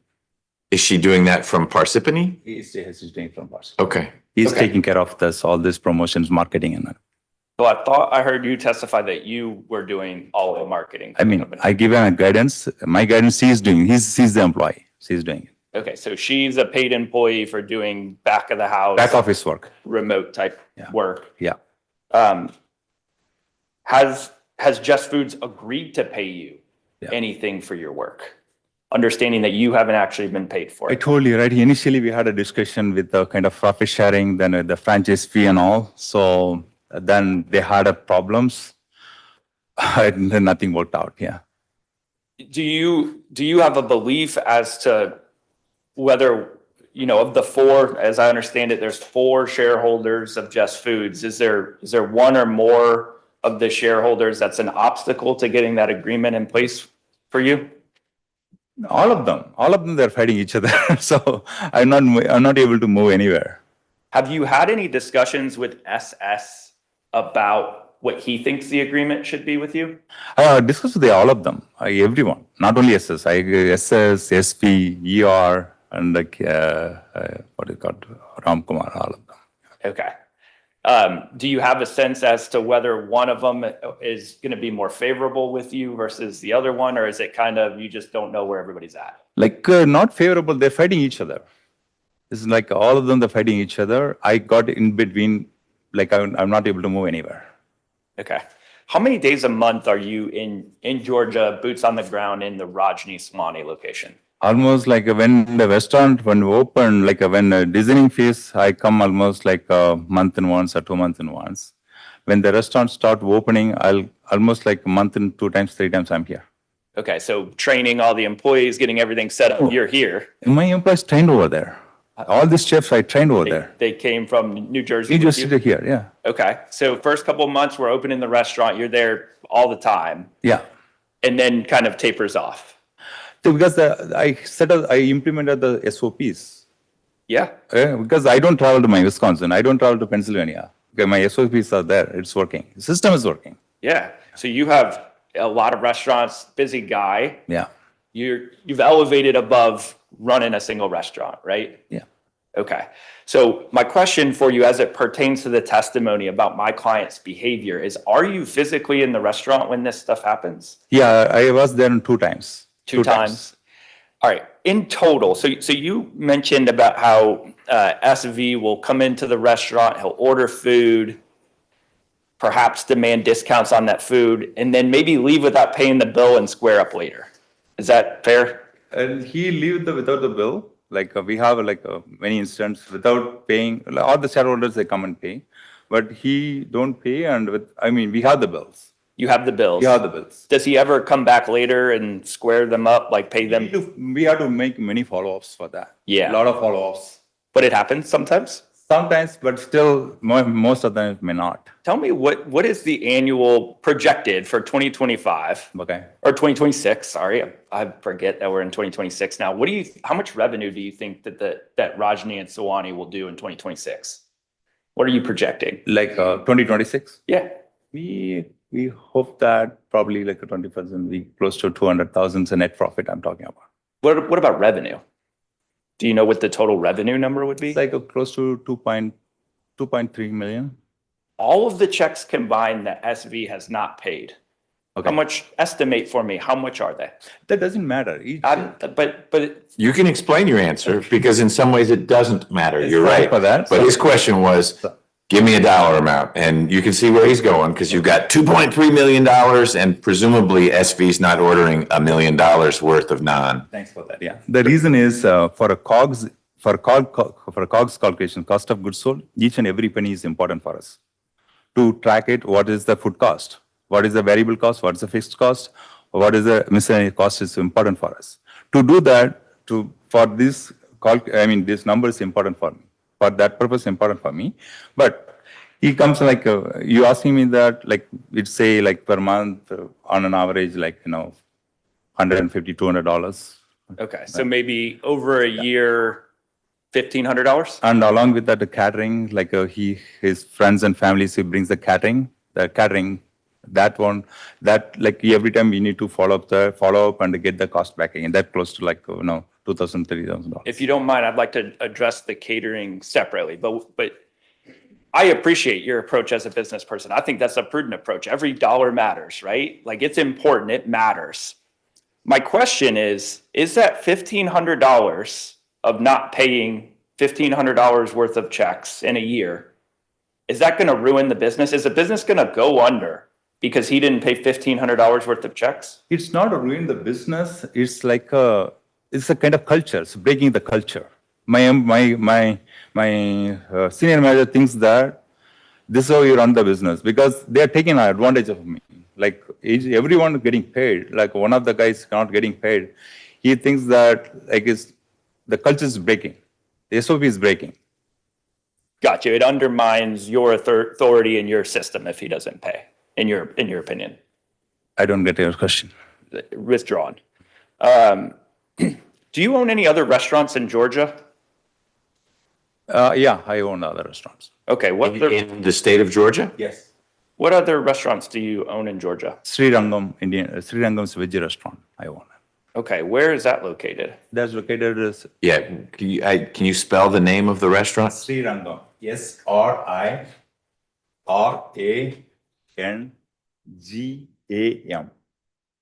Okay, and where's that? That's the same complex is called It's in Suwannee? Swan.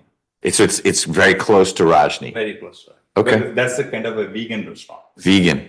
It's actually in the same shopping plaza. Yes, sir. Okay. Who do you own that with? Do you have any partners in that I business? have the partners with the three other partners I have. Who are they? There is one of them Ravi Patel, another is Kunjan Patel, another one is Anand Sandalingam, yeah, another one is Sri Srinivas. So All right, we'll get those names in a minute, but are any of those the three partners from Rajni? He's one of the investor. Not the partner. SS. Yes, this is one of the investors, Okay, along with some other people. All along with some other people. right. have SS and Rajni, or not SS, sorry. Say the business name again for me. I'm going to Sri Rangam. one more time. Sorry, Sri Rangam. Sri Rangam. I'm going to say vegan restaurant. Yeah. Have the vegan restaurant and Rajni, have they shared any resources, any employees, any food supply agreements? There is no employees in the sense is that I have the pool of employees. In case one employee, like I feel is better for the Rajni, I'll move it from one employee from there to here, but completely two different agreements, two different payrolls, two different, there is no separate, same vendor. They're completely two different bills. If one restaurant secures a catering order, Yeah. but the other restaurant has capacity to complete the food, is that ever done? No, we don't involve with the customer. We don't influence that because all the Rajni is a fully non-vegetarian. It's a non-vegan restaurant. This only the vegan restaurant. The menu is not the same. Menu is completely two different menu. Like maybe 1% of the menu is like overlapping, but it's a completely two different menu. Sure, and I don't question your business acumen. So you wouldn't put them in the same shopping plaza if they were direct competitors in your mind, at least. It is not direct competition. It's completely different menus. Do they are both restaurants, though. Restaurants, yeah. They are both Indian restaurants. Yeah, it is. But Indian, there are so many varieties out there. Sorry for that. Sure. So do the two restaurants, the one that you and SS own and the one that in Jess Foods, do they ever do events together, like market as we're going to both cater an event? There is a kind of event organizers, they approach us. Like they want some vegan food in that place, they want most of the food from this place. So they give us ideas, we don't influence them.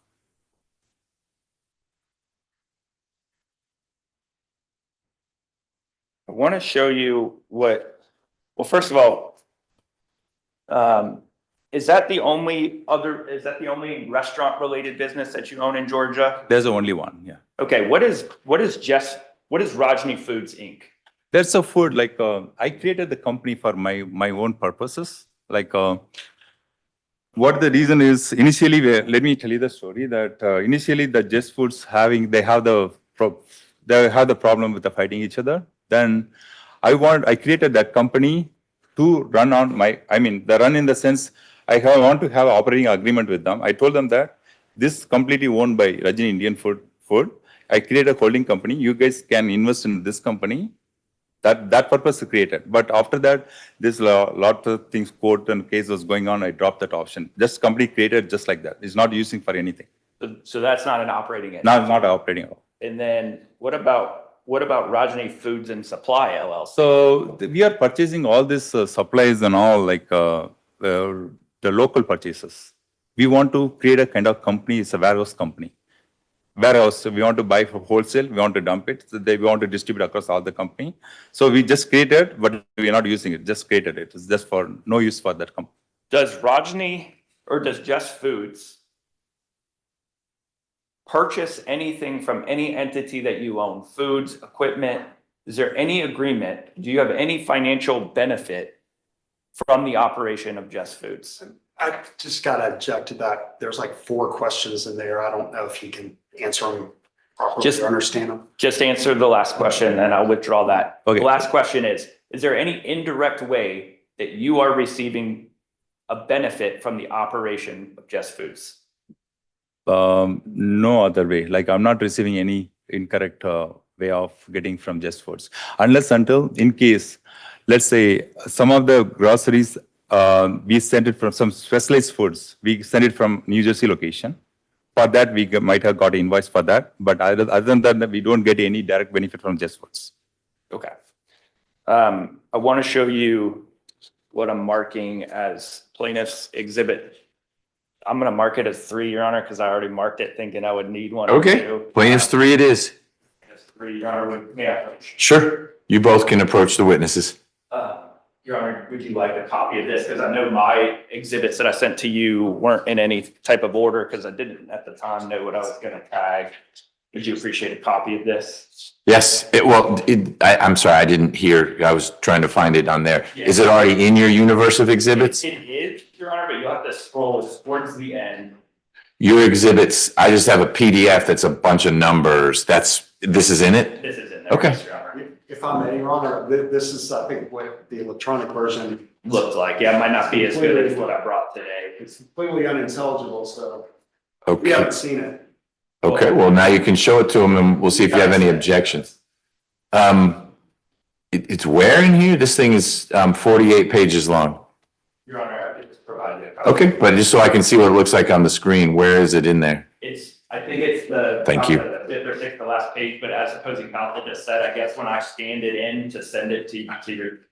Okay, staff got attorney, it. You can kind of see it, but we're good. All right. Okay. Do you recognize this document? Yeah, I see it. The first page is a 3-page exhibit, Okay. and Your Honor, here's a front and back. Okay. What is that? What is the first page, the one with the exhibit marker? This one? Yes. Yeah, this one is for this Atlanta's, one of the events, Tamil event is happening. Say that one more time for So me. one of the event is happening in Atlanta. This was, And this is the flyer. yeah, Okay, and it appears to be for Rajni, Just Foods Corp, and the vegan restaurant that you and SS have an interest in. Is that right? SS is the investor, I'm the, yeah. Yeah, so it's both restaurants are listed. Yeah, right? yeah, both restaurants are there, yes. Where was so did both restaurants get paid for this event? Yes. Where was the food prepared? See, all the vegan food prepared in a Srirangam, other vegetarian restaurant. The rest of the, all this non-vegetarian food is prepared in a Rajni. Okay, so there's photos attached in page 2 and 3. Do you recognize what those photos depict? Okay. This was these are the pictures, we packed the food and delivered it. Okay, and that's in the Just Foods, in the Rajni restaurant, correct? Those pictures are? Yeah, it's all this non-veg menu prepared in Rajni, vegetarian menu prepared in Srirangam. Yeah, it is. Who's the person in the last few pictures? Do you recognize that person? No, I don't either. But so that I understand, there was a banana leaf feast. That's the event. It's a Tamil event. Yeah. And that's what this flyer is about. But it's letting people know, hey, if you show up, there's a non-vegetarian or non-vegan menu, Yeah. courtesy of Rajni. Right. And then there's a vegetarian or vegan menu, courtesy of the Sri Rangam. right. Okay.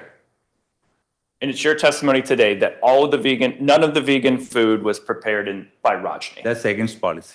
Okay. How did you decide the income that was generated from this event? How did you decide how it was going to be allocated between the companies? They ordered it by trays, they ordered it. Like whenever they ordered by trays, like they ordered for example, vegetarian one, they pay based on the order, like number of trays. And here, the non-vegetarian or also go by trays. So we charge them based on the trays. Can Rajni Food, I know it's not a vegan restaurant, but can it make vegan food? No, there are one or two vegans are there, vegan items are there, but mostly the people, they don't prefer for vegan.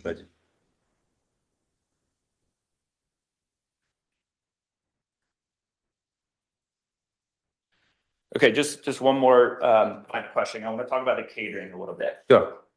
So you're the manager of Jess Foods and the owner of a fellow Indian restaurant in a plaza.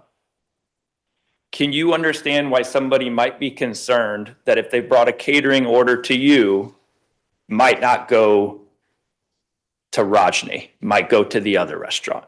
Is that a valid concern?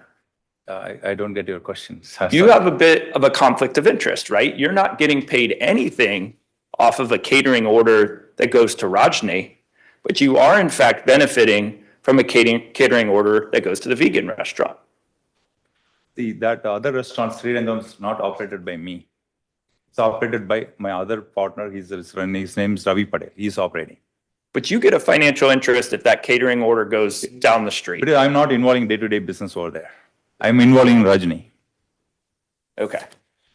Final question. Yeah. You testified a lot about how you felt the staff of Rajni was troubled by the happening, the last few months. Would it be fair to say that most of that is because the shareholders aren't getting along as opposed to my client showing up to a restaurant? SP is coming to a restaurant and interrupting like employees. Like he's not. It's like a kind of influencing employees. That's the thing concerning me. Give me a specific example of something that he's doing to influence them that is problematic for the restaurant. Like for example, we are running some kind of events or crowd management. We have kind of set of rules to how to manage it. And he goes to the waiters and he goes to managers and asks him to do this, do that, and all one thing. And directly, whenever he gets orders, he directly goes to chef. He's talking to them like he's approaching. And there are some incidents happen. Is like he knows some vendor. He told my chef to think of buying some material from them. So he goes directly to the chef with catering orders. Yeah. I understand that part of your testimony. And then you said you have standard operating procedures in place and he goes to the waiters or the other staff members and asks them to do this or that. Can you give me an example of what this or that is? What is he asking them to do that's inconsistent with your SOP? We have a reservation system. We're maintaining it. Yeah. Like based on that, we allocate the customers like one after other. He sometimes goes to ask him to ask those guys to give them a preference or ask them to manage this way, that way. We know how to do it. Skip the line for waiting for a table. Skip the line. Yeah, kind of. Like, see, there are incidents happen. Like, exactly like there are some incidents happen. Then so why don't you give them this one first? Why don't you give that one first? It's kind of interfering because we are busy that time.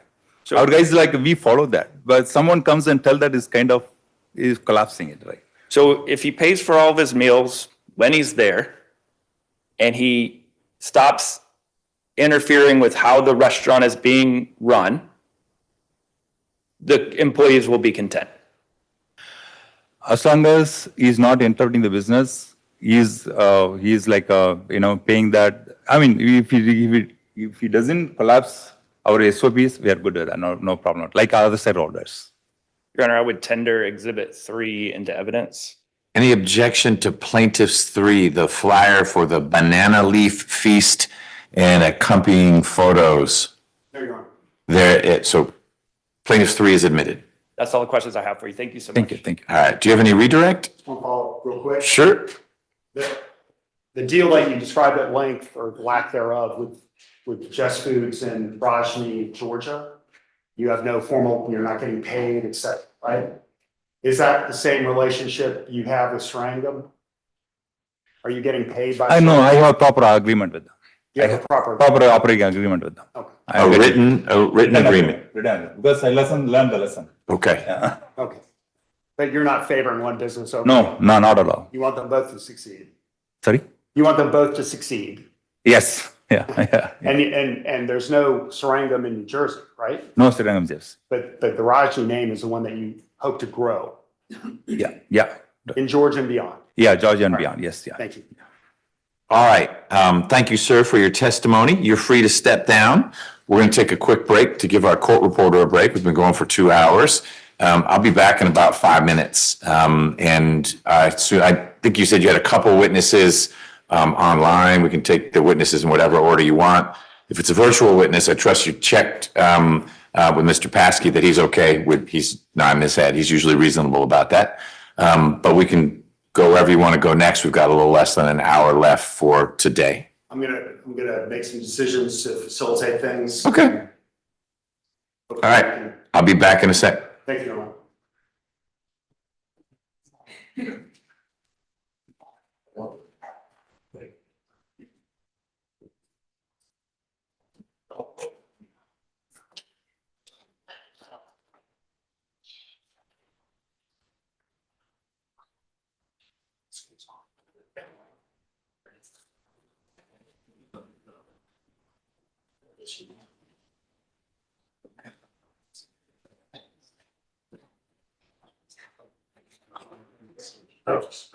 Are you? I'm good. We're not the witness monitor.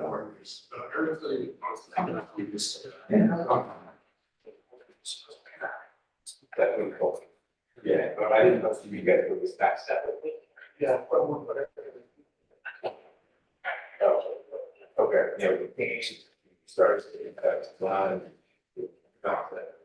The wrong one, but. Good, yes. I do with the video. I can do this.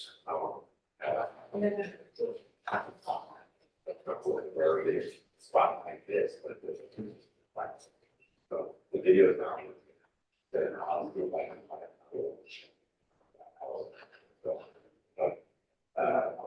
Don't go, please go look for fruits coming. While you're both here, good question. Out there, I was trying to do. I've got the whole description. It says something about 5. I'll go 5, yes. I'll let them video that here as I got to put that. Here.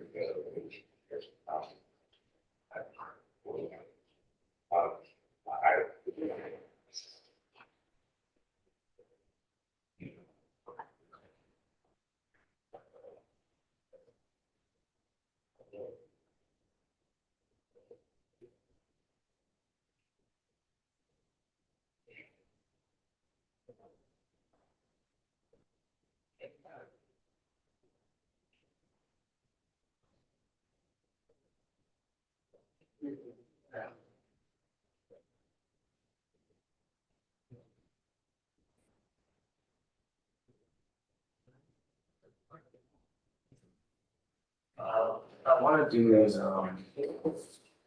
if you go to his desk, I want to see if, the camera's on. No, it's not. If you go to, can you go at his desk? I want to see if you open if you take it out of the meeting and open the controller, if we, you know how it gives that notification where if you're recording, I wonder if that is what's shutting it off.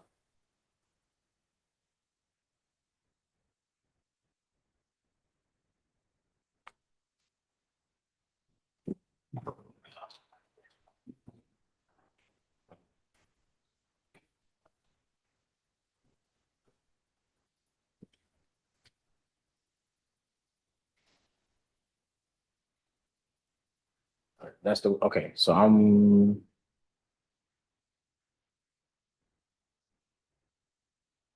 No, that's not it. that's not. Nope. Wait, so you could do it even when it's already in the meeting? You mean, oh yeah, you mean take it out of the meeting and see? Yeah, let me try. Okay, yeah, sorry. Give me 1 second. You good?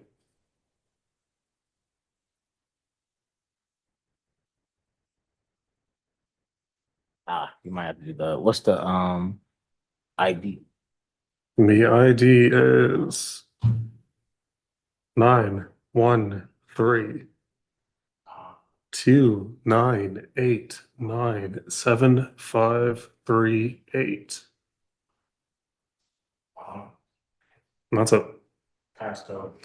295478. Open the controller. See. The camera's open now?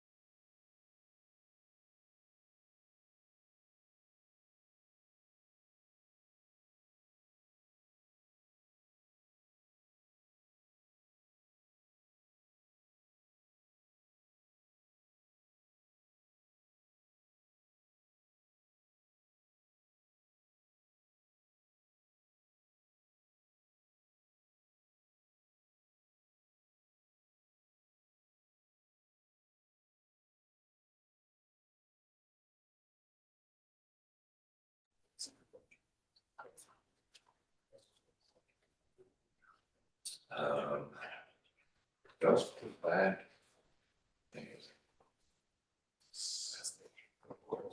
Yes, okay. We're back on the record in 25cv012483. And we are still in the midst of defendant's motion for TRO. We heard from witness JM. We've got about 40 minutes-ish, a little less, before we have to wrap up today. Tell me what we'd like to do now. Judge, we call plaintiff SV for cross. Okay. Sir, if you come on up, the deputy's going to swear you in, and then you can sit down and start testifying. Mr. Chamberlain, what's going on? Previous order. Is that the Tucker thing? Yes. I've signed it now. I had an issue with this just in though. I had an issue with Adobe out here. But we just took a break. I signed it and sent it to Ms. Nelson. So she's got a signed version. That's the Nullpros? Yes. Yeah, the Tucker Nullpros order has been signed and Ms. Nelson has it. You guys can arm wrestle over who does what with it. Thank you for coming by. Welcome. Raise your right hand. Do you swear or affirm the testimony you're gonna give today is the truth, the whole truth, and nothing but the truth, so help you God? Just, okay, lower your right hand, state and spell your name for the record, make sure you speak directly into the mic. So you can take a seat now, and then if you would speak into the microphone and let us know how to spell your last name. It's Suresh Venkatasamy, Venkatasamy. Thank you. Morning, sir. Is it okay if I refer to you as SV or Mr. V Yes, sir. for purposes of today? Yep. Okay, thank you. You are a software engineer Yes. and you work as a software engineer. Yep. You have no background in the restaurant industry, correct? No. Is it, trying to get to the point here, so is the testimony you've heard today that that JM was hired or agreed to manage the Rajni, Georgia restaurant by the Jess Food shareholders? Is that true? Not exactly, because if I can explain a little bit on that. Yes. Yeah.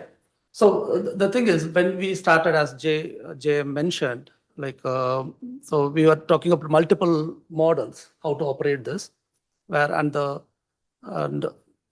thing is, like, I was the one who was talking to Jay since 2020, before that, saying that to how to bring a restaurant in the Georgia state. And at some point of time, there was a discussion like, because after COVID, the prices are going to be coming down, so we can just look for some restaurants.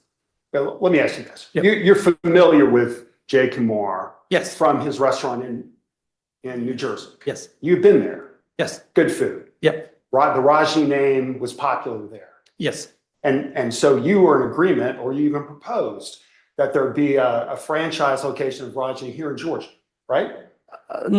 Not exact. That's what I'm trying to say. Okay. Because So what was the plan? yeah, the plan was he is supposed to give the operation support for us. We have our own restaurant in Georgia, and when he traveled before starting this, and there was option, even he was not suggesting to use even the Rajni as a name. So we other three, we agreed that okay, let's do Rajni, even though Rajni is new to Georgia. Let's go and use this because of the friendship what we had, the past history.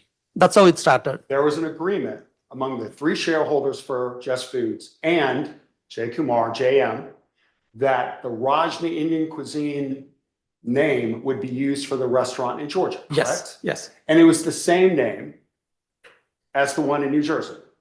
that's right. It was the same colors, the same design, the same menu, all the same as the Rajni, New Jersey, correct? Not the logo, rest everything is same. The logo is, I do have a proof where the old Rajni restaurant in Parsippany, which has a different logo and the banner. And when we started this, that's when the idea started popping up saying, okay, let's open multiple restaurants in the same name. Let's go to the franchisee model. All those things popped up after we initiated the conversation about starting the one in Georgia. So the logo, whatever we have today, which was prepared for Rajni Suwani, and then it started being used in Parsippany and other places wherever they own. Excuse me. JM was the one who arranged the contractors to design the Rajani, Georgia sign, correct? That's right. He hired them, he gave them the logos, he gave them the design. They completed it for the Rajani, Georgia location, correct? That's right. He was in charge of all of that, correct? Right. And there's lots of communications over the years about how he did the permitting, he did the hiring, he did everything with the startup, correct? Not everything, because he has experience, very good experience. I don't deny that. He has very good experience in restaurant operations, but setting up a brand new kitchen. So this was the first one. He was just doing it for Rajani, Suwani. So that's when he started learning in terms of setting up, because there was a lot of misjudgments or calculations when we started the initial contribution, how much it should be, the budget, and how it went up. So based on that, like, yes, he has a lot of experience in operations and other things, food menu, all those things, but the construction is something he learned here. That's what I would. Sir, there's ample communications on WhatsApp Yes. about how Jay Yeah. Kumar arranged for the permitting and told you about it, and you said, that's great, thank you. Yeah, exactly. Yeah. Right? Right. And for the website, same thing, correct? Yep. For the Facebook marketing, same thing, that's done. And thank you, Jay, that's great, Jay, what were your No, responses? we have that. Yes. So he Now has I need been. to show those to you, do I? No need. So I Agree agree with that. No, I agree. Yep. Okay, and so you also agree that Jay Kumar, JM, was responsible for the ongoing operations Yes. since it opened in December 2021, correct? Yes, that's what I just wanted to give a little bit of background here. And the reason why, when I reached out to him saying that, okay, let's start one in here. And if it is going to, I also had a communication saying that I always had in mind that I'm going to have SS as my other partner in this business. So when I spoke to Jay, I'm saying that, okay, so what is the plan? He said, bro, yeah, let's start this. But how about SS? Is he planning to come in? Sometimes SS says, yes, I'll join this. And sometimes he says no. And then finally we said, like, okay, we are going to start this. And the main confidence Jay had to start this in Suwani is because all three shareholders or owners or partners, whatever we call, you all are sitting just in Georgia, just 10 minutes around this place. So it's going to really help the overall operations to make it a big deal. That's exactly the plan was. You agree that the Rajni, the Jess Food shareholders and partners were using the Rajni name with Jay Kumar's, with JM's permission, Yes, based on the New Jersey restaurant? yes, Okay. Yep. And you already agreed that he just took his design and got the sign and worked with the contractors, right? Yep. And same with the menu, right? yes, He's in charge of the menu. Yes. Same with the catering menu. yes. There's lots of discussions about that. Jay, you asked him on WhatsApp, is the catering menu ready in the fall of 2021? And he No. said, yes, it's ready, because you wanted to place an order, Yes, right? yeah, For your tennis club, yep, right? yep, Okay. And that's before even the grand opening, you were asking to place orders for your tennis club, Yep. right? yep. Okay. So there's a long history of that. No, even, Now- I agree that even before the Srirangam got open, till the time I have been giving multiple big orders. So I have been reaching out to Jay saying that to get the help in terms of giving the combination of food or the price list. I've been working with him. Only after Srirangam started, then we thought like, okay, when you are partner in that, let's have this clear segregation between Rajni and Srirangam. So let's not mix up things like where the people working here to go there or doing things. That's exactly where we started pushing. When did you file this lawsuit? Which one? Lawsuit we're here today in Fulton County about? Yeah, no, actually the filing at the court is around August. When you say which one, are there multiple lawsuits No. between you and whether it's SS or JM? No, Your Honor. I was, because this is a complete new for me. So initially I was thinking that even a note from an attorney to the thing, I was thinking that's where I was just going back like when it Okay. was. Okay. So you filed it in the third quarter of 2025. 25, correct? okay. Right? August or September, correct? That's what I remember, yeah. Filed a lawsuit against Just Foods and SS about the partnership shares. I'll take judicial notice so we don't have to go around. September 8th, original petition was filed, September 8th of 2025. Thank you, Your Honor. Thank you. And You're so welcome. after the lawsuit was filed, in November of 2025, you filed something with the U.S. Patent and Trademark Office, correct? That's right. And you applied, pull up exhibit 15, please. You applied, here, I'm gonna approach, this is marked as exhibit 15, Your Honor. We're gonna pull that up on the screen. Your Honor, like a paper copy? If it doesn't have pictures that are hard to see, then I'm good looking at what you sent earlier. Yeah, it's got pictures. I think they're easy to see. So, sir, you've seen this before. Yes, sir. Defendant's exhibit 15. Yep. This is the trademark application you filed, Yep. correct? Yep. In November of 2025, November 8th. That's right. And you filed it personally in your own name. Right. And you listed your home address, correct, in Cumming, That's right. Morgan, Elizabeth Way, Right. correct? Right. And it was to trademark in your own name, the Rajni Indian cuisine name, right? Mm-hmm. Yep. Yes? Yep. Yes. The same design that's on the Rajni restaurant in Swanee, Georgia. That's right. You wanted to trademark it in your own name. Yes, sir. And The reason. Yeah. in fact, He can explain his answer. So yes, you were trademarking in your own name because? Thank you, Your Honor. So the reason is when they started the Srirangam restaurant, which myself or ER are not part of, so I had my own fear that sometime they might be starting something else with the same brand. Because I start hearing things which I don't want to bring it here, which is all, I don't have any written proof or anything, saying that we are going to open one in Alpharetta, we are going to open one in Marietta. Open the vegan restaurant? No, this Oh, is another Rajni. Rajni. Rajni. Okay. So that's where I was even now I am ready to withdraw this. That's my fault that I should have checked with the other owners. But after registering, I did communicate that to ER saying that I have registered something like this. Just for information, I have just told that, but I'm ready to withdraw this, Your Honor. the last page is the Rajni, Georgia Yes. location, right? Yes, sir. And that's in the window, that's you taking a picture of it, right? I couldn't see that. Well, Yeah. it's in front of you, it's on the last page of that exhibit 15. That's a picture you took, you're in the window? Maybe, yep. I'm not sure. You took this picture to submit for your trademark app. No, not for this trademark or anything, just before that, I Okay. think, because we have this, the albums from there, I would have taken it. So Jess Foods originally had 3 shareholders, correct? Yes, sir. Self, ER, and SS. Yes. And did you request or notify all the shareholders about your personal trademark application for Rajni Foods? No, sir. You did this while the lawsuit was pending in relation to the claims made in the lawsuit, right? Yeah, not about the lawsuit, but because of the Srirangam, I just wanted to make sure that I'm not losing anything just because of fear. You filed this trademark application, sir, to get leverage against SS, so you would have the Rajni, secretly have the Rajni name under your own control, correct? Not just. Not that, that's not the intention. That's not the intention. I just wanted to, I never wanted SS or J to leave this business. I just wanted the transparency. That's all I wanted.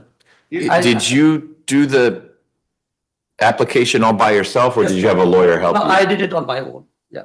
That's where you see that even there is it's also not Rajni. The logo is Raj, but if you see the name, it's Raj Indian Cushion. There was a mistake. Okay. So, Sir, in the body of the application, you talk about how you describe the Rajni Indian cuisine name, the colors for the Yes. mark, yeah, right? So you're not telling the court that you were only trying to trademark the name Raj, were you? that's right, sir. Which one's right? No, this is a mistake. Because since Typo, right? typo mistake, and since I was not going through a lawyer or anything, I was just doing it on my own.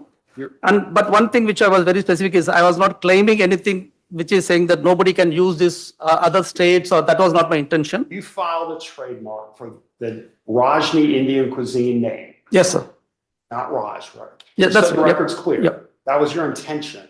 And so you would have, if successful, you would have control of the Rajni Indian cuisine name, correct? Name, yes. Jen, Your Yep. Honor. And Stop, let me hear the objection. You already asked that question, and then I'd also like to just make a standing objection that if you ask the question, he actually allows my client to answer. Okay, two things, asked and answered.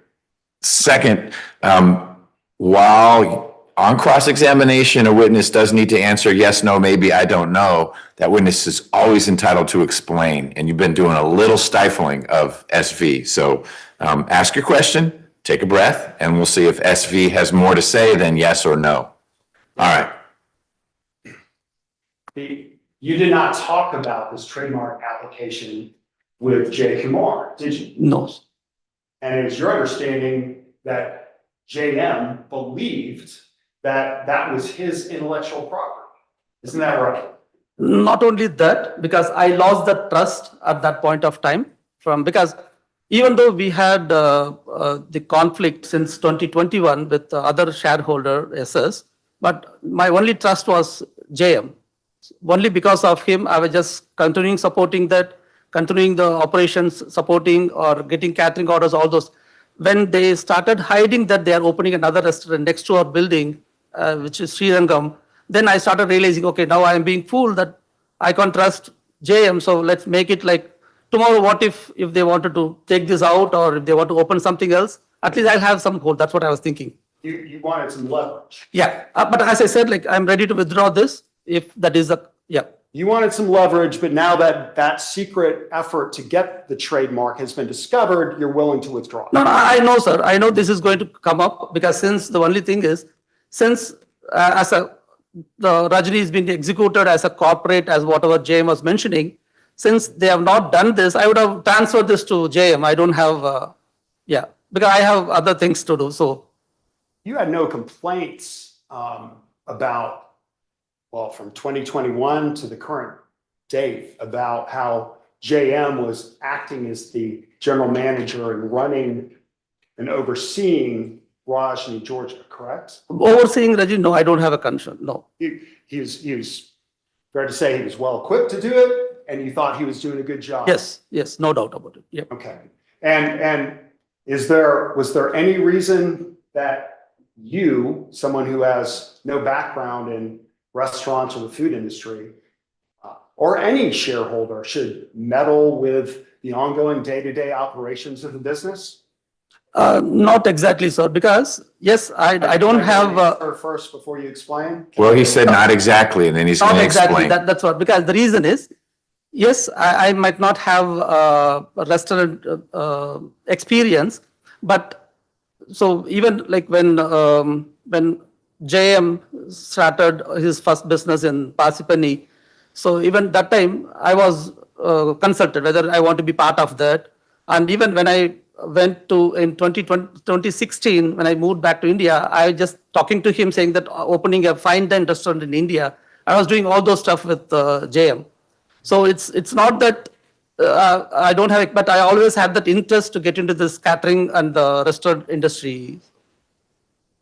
And you made an investment in this business, Yes, right? yeah. I mean, it's And- a six-figure investment. That's right. And also like when there was a delay in JM taking a decision to start the restaurant in Georgia, I was also asking, okay, tell me, Jay, like, would you be able to start in the next 3 months? If you think that you are not going to do it, I wanted to do my own restaurant business in Georgia. That's exactly what I was conveying him. But I always had in mind that my other partner is going to be SS. That's how I've been planning. But I didn't know that behind the scene, there are a lot of things which I came to know today. Okay, talking about Rajni, Georgia. Yes, sir. You were one of 3 shareholders. You invested 6 figures, right? We're not talking about the percentages right now. Okay. So you had an investment in the Yes. business, Yes. right? Yep. And you wanted someone on the ground who could manage the restaurant so it could be successful, Yes. right? Yes, sir. And you among with your fellow shareholders and partners entrusted Jay Kumar for that. No, so the Jay Kumar is the plan. Initial plan was all 3 shareholders will be on the ground in the restaurant, and he'll be helping us or guiding us remotely with his team members, whatever is there. That's exactly the plan was. Even So I was supposed to bring in more catering orders from the outside orders. And here, whenever there is a need for operations, we all three supposed to be there on day-to-day operation. That's exactly the plan was. But, okay, so let me get your testimony straight. Your testimony is that you and the other three shareholders would be involved in the day-to-day operations on site, on the ground, Yes. telling employees what to do. No. So that's exactly the thing is, it will be conveyed through JM, will be communicating to the managers. At the same time, he is supposed to convey this to three of us. But only request what we had is, if you all three shareholders, if you just go and talk, giving instructions to the chef, it might be confusing. They might be taking advantage of it. Let's not do that. And then we said, like, okay, SS was asking that he wanted to do that communication side. So we agreed for it and he was doing it. So thing is, yes, JM was operating it remotely and Suresh, yes, which is SS, was operating it on the ground. When I say operations, it's hiring people, hiring servers, or writing checks, or depositing, withdrawing, all those things are done by SS. Okay. Do you agree that all the employees, including the manager, the assistant manager, was hired by JM? Not the managers, but the servers and other folks, local people will be hired by SS, but the chef and other people are given by JM. Okay, so JM sort of constructed the top level. Yes. And then the person I might interact with if I dined there, a server, a busboy, those are people that SS would have hired. Exactly. Okay. So you disagree that JM hired all the staff, all the levels? Yes, including the servers? Yes. You disagree that those servers, waiters, busboys report ultimately to JM and look to him for direction? That's how it's supposed to be. That's how it's supposed to be, but it was not the case. And at some point of time, when we brought this argument, saying that I was talking to JM, saying that JM, you said that because of this conflict, you wanted us to stay out of these operations, but SS is doing all those stuff. What do you say? He says, bro, you and ER are listening to me, but SS is not listening to me, and he's just going and giving instructions to the chef and managers and all those things. I'm trying to, how do I say that? That's exactly his condition was at one point of time. So you heard testimony today that the only shareholder for Just Foods that's giving instructions to the chefs and the managers and the staff and the cooks is you and not SS or ER. You heard that testimony, right? No, that is not true. You disagree with that? Yeah, I disagree with that, yes. So do you, for your part, do you agree that you are giving instructions to the cooks, to the staff? No, sir, I'm not the expert. I have never done this. Do you deny that on Wednesday of this week, you went directly into the kitchen and told the chef to prepare meals, bypassing the wait staff for you and your friends?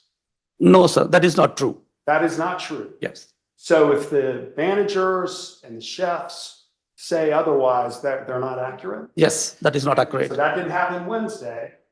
And what about in the past, prior to this Yeah, Wednesday? we'll just go one by one. If you just let me clarify that. Sure. So the Wednesday, the agreement is not agreement, just it was suggestion given by JM saying that just to make sure the food cost is calculated the right way. So we wanted each and every dish which goes out of the kitchen has to be on the toast, which is the application which taking the orders. So let's make sure whether we pay it or not, make sure that that is entered in the system. That's exactly what I did. It's not the first time. We have done this before also. It will be there in the system. Make sure that we order everything on the system. Even this Wednesday, that's exactly happened. I ordered the stuff. I did enter the kitchen, no doubt about it. But I did order everything through the guy who took the order. It's in the system.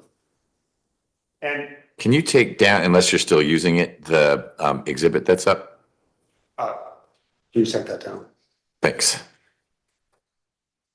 So your testimony, I want to make sure I understand this correctly. On Wednesday, you did go into the kitchen Yes, of I did. Rajni, I did. but it wasn't to order things for yourself. It was to confirm that food orders were being properly entered into the system. No, not for that. The way how it works is, so I just had my family friends. So I just went to the kitchen to check what is special today. So that's exactly what I did there. And then when we ordered, the toast machine, the device, that's exactly, we entered all the orders in that. And then it was delivered to the kitchen and then they just delivered the food. That is a regular practice. But this was, the order that you're talking about was for you and your friends. Yes, this Friday, yeah. And This Wednesday, sorry, Friday. so I thought you said you didn't do that. I thought you said you didn't place it. No, I did place the order, but not directly to the kitchen or chef or anyone. It is through the regular, the way how any other customer places the order. So, The wait yes, staff. for the wait staff, yes. But you went back into the kitchen anyway to check on things. To figure out what the That's a normal specials thing. are. We always go there, yeah. And did you pay for that order for you? No, that's what, we never pay for that.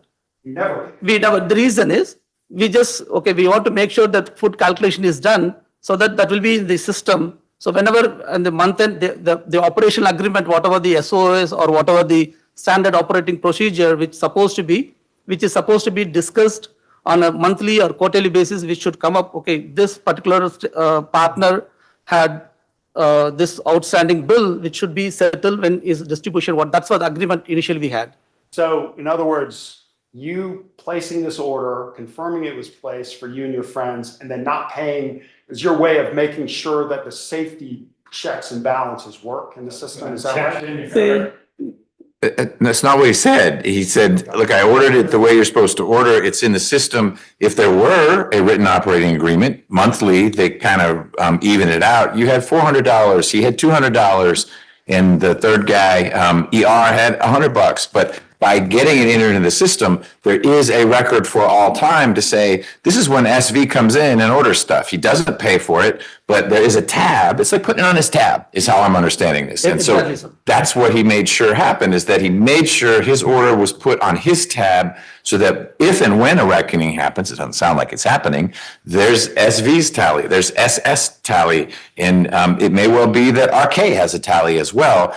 It just gets put into the system, linked to that name, so they can be held accountable for it, whether it's a 10% or a 25% discount. That's what I'm hearing him say now 2 times. Are the other partners, SV, doing it this way, not paying for their meals and leaving it on the tally? I'm not sure about that. You heard testimony for JM that wasn't the protocol. Yeah, I don't have access to any of the toast or anything. That's another point which I wanted to request for.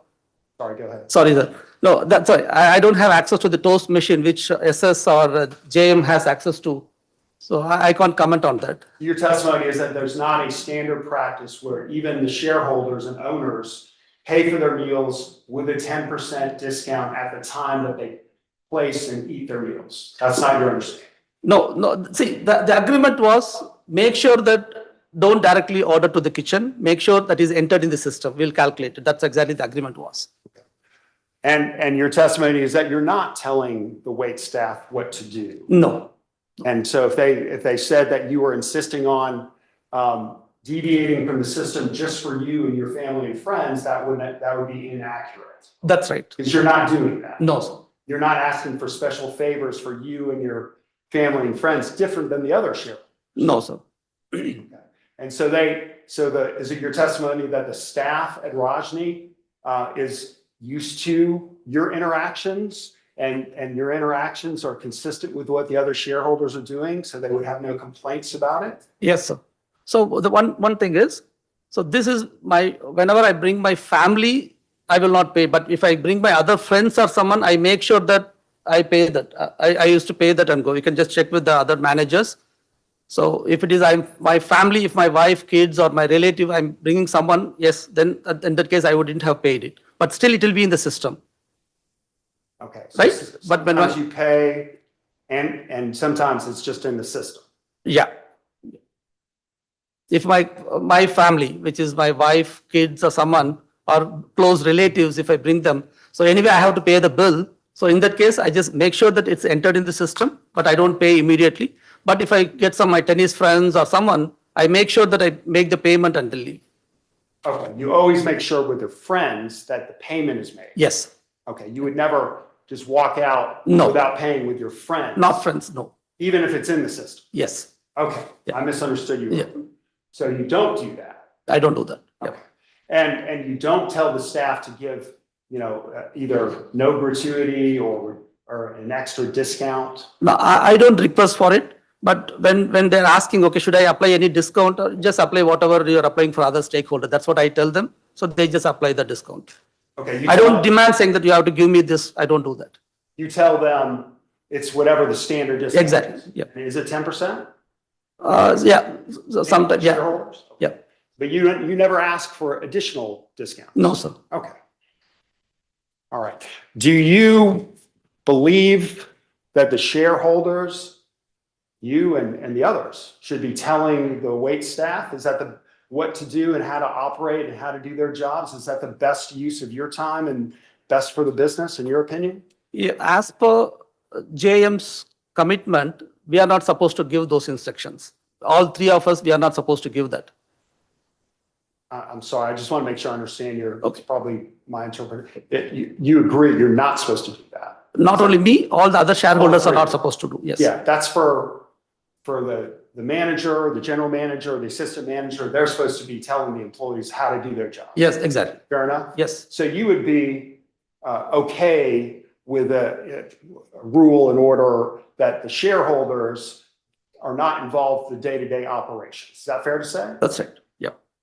And do you agree that you've got a duty to act in the best interests of Just Foods, the corporation in which you're a shareholder? Your Honor, I'll What is- object to Stop. the question to the extent that he's asking my client for a legal conclusion as a fact question, or I can't understand why his understanding right or wrong would be relevant to the case. So I'll object on it calls for a legal conclusion and relevance. Okay, it's a fuzzy area because I think it's fair to explore what he feels like his obligations are to his fellow shareholders.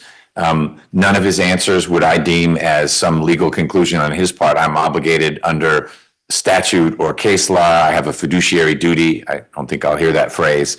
And let's not go in that direction. But if you want to explore, Mr. Noor, SV's understanding of or belief as to what his obligation is, if any, again, not contractual because we don't even have a contract, but this is what we talked about. I'll let you do that to a certain extent, and then we'll have to stop. And I'll wrap it up, Your Honor. Okay. Yeah, so, you know what the word candor means, truthfulness.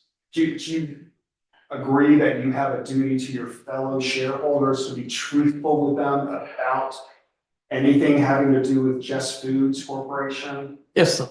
And you have a duty to tell them about things that come to your knowledge about Just Foods Corporation and its best interests, right? That's right. Yes. And it would be in Just Foods' best interest if they owned the Rajni trademark name outright, correct? Sorry, come again? I didn't. If like Just Foods would like to own the intellectual property, the trademark, the name, the likeness, the mark of Rajni Indian Foods, right? That would be good for them, right? The corporation. Mhm, yep. Yeah, so did you plan on getting that trademark name and selling it or renting it No, to sir. Just Foods? No, sir. Nothing like that. But you didn't think that you should tell all of your shareholders and your partners about Yes. your activities? I should have told, but by the time like the trust was lost and nobody were like responding or sharing the real information, they were not sharing that. So that's where I just as I told, like I'm ready to withdraw that. If that is a biggest concern, yeah, I can do that. Judge, I'm gonna wrap up my questions for today. Okay. I would like to call the two employees, if the witness. Well, a couple things. One, in my division, I always let the lawyer who represents the opposing party follow up if he or she wants to, and that's not a waiver of an ability to then call that witness when presenting their side of the case. We don't have time for that, but that's where we'll pause. Will be when we do reconvene. I'll see if Mr. Paskey does want to ask SV any questions in connection with what you asked, not to go in a different direction. I feel bad for the two coworkers or the employees who've been on Zoom all morning. One's at least been driving somewhere. But we're going to need to reconnect with everyone.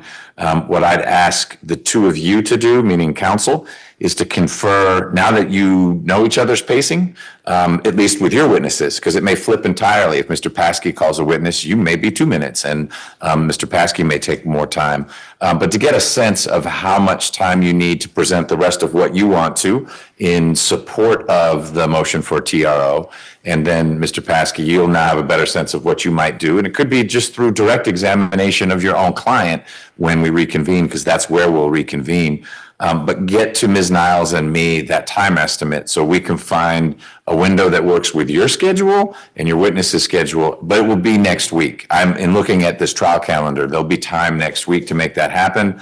I know time is of the essence. I don't want one of the thought leaders of Rajni to quit and give up and go move elsewhere. So I can see how, in fact, there is the potential of irreparable harm to everyone involved if we don't get some real clear operating guidelines for how people are going to interact until we get final resolution to the claims raised in the complaint and the counterclaims raised in your answer. It may have been a petition, but so I appreciate we need to get closure on this soon so that people get more comfortable that there's transparency and there's trust, so someone's not trying to get a trademark on the name that really everyone shares, and the founder of this concept might just say, I'm gonna pull the plug on this, and I'll see if we can open one in Birmingham. I appreciate that, Your Honor. And I pledge to you, and I think I can speak for Kyle, that we will talk among ourselves and see if we can work out some type of resolution. At worst case scenario, it's a time estimate, but we'll try and be more Yeah, well, and you may have heard things now from each other's sides that make it easier to find a middle ground. And I think I've forecast, based on what I've heard so far, I'm open to learning more and things changing. But now that I've heard from SV, I haven't heard from SS, and those seem to be the two big pieces. But I think I see a need for some guidance if it's not agreed upon, and I'm happy to stay involved with that, and we'll finish it out next week. We just don't have time, unfortunately, today to do that. That's on me. Ms. Niles had scheduled this for an additional hour, but I had something come up, and so I had to shrink us to 3. We'll reach out. If you'll take the next step. You'll reach out to Ms. Niles saying, we think we need 2 more hours, whatever it is. And then we'll call on the calendar Monday morning, and we'll see what's, okay, we've got a 2-hour bench trial. We have, that went away. And so then we can offer up a few options, and you guys can say, this is the one that works best. Very fair. Does that work? We appreciate that. All right. Very much. Everyone stay warm this weekend. If it does snow, and then more importantly, freezes afterwards, don't drive. Get them to ship by drone the food from Rajni, but you don't want to be driving around, okay? Thank you. Thanks, everyone. And please take care of the court reporter. I don't know who brought her in, but make sure that happens. Thank you again, Your Honor, as always, for being prepared. It always speeds things up. You bet. Happy to be involved. Thank you, Your Honor. Thank you. You're welcome. Thank you. Will you be the one who comes back next week, or it depends? I don't know, I have a full schedule next week, Uh-oh. so we'll work that out, but somebody will be here. You're with a firm, so that if you're not available,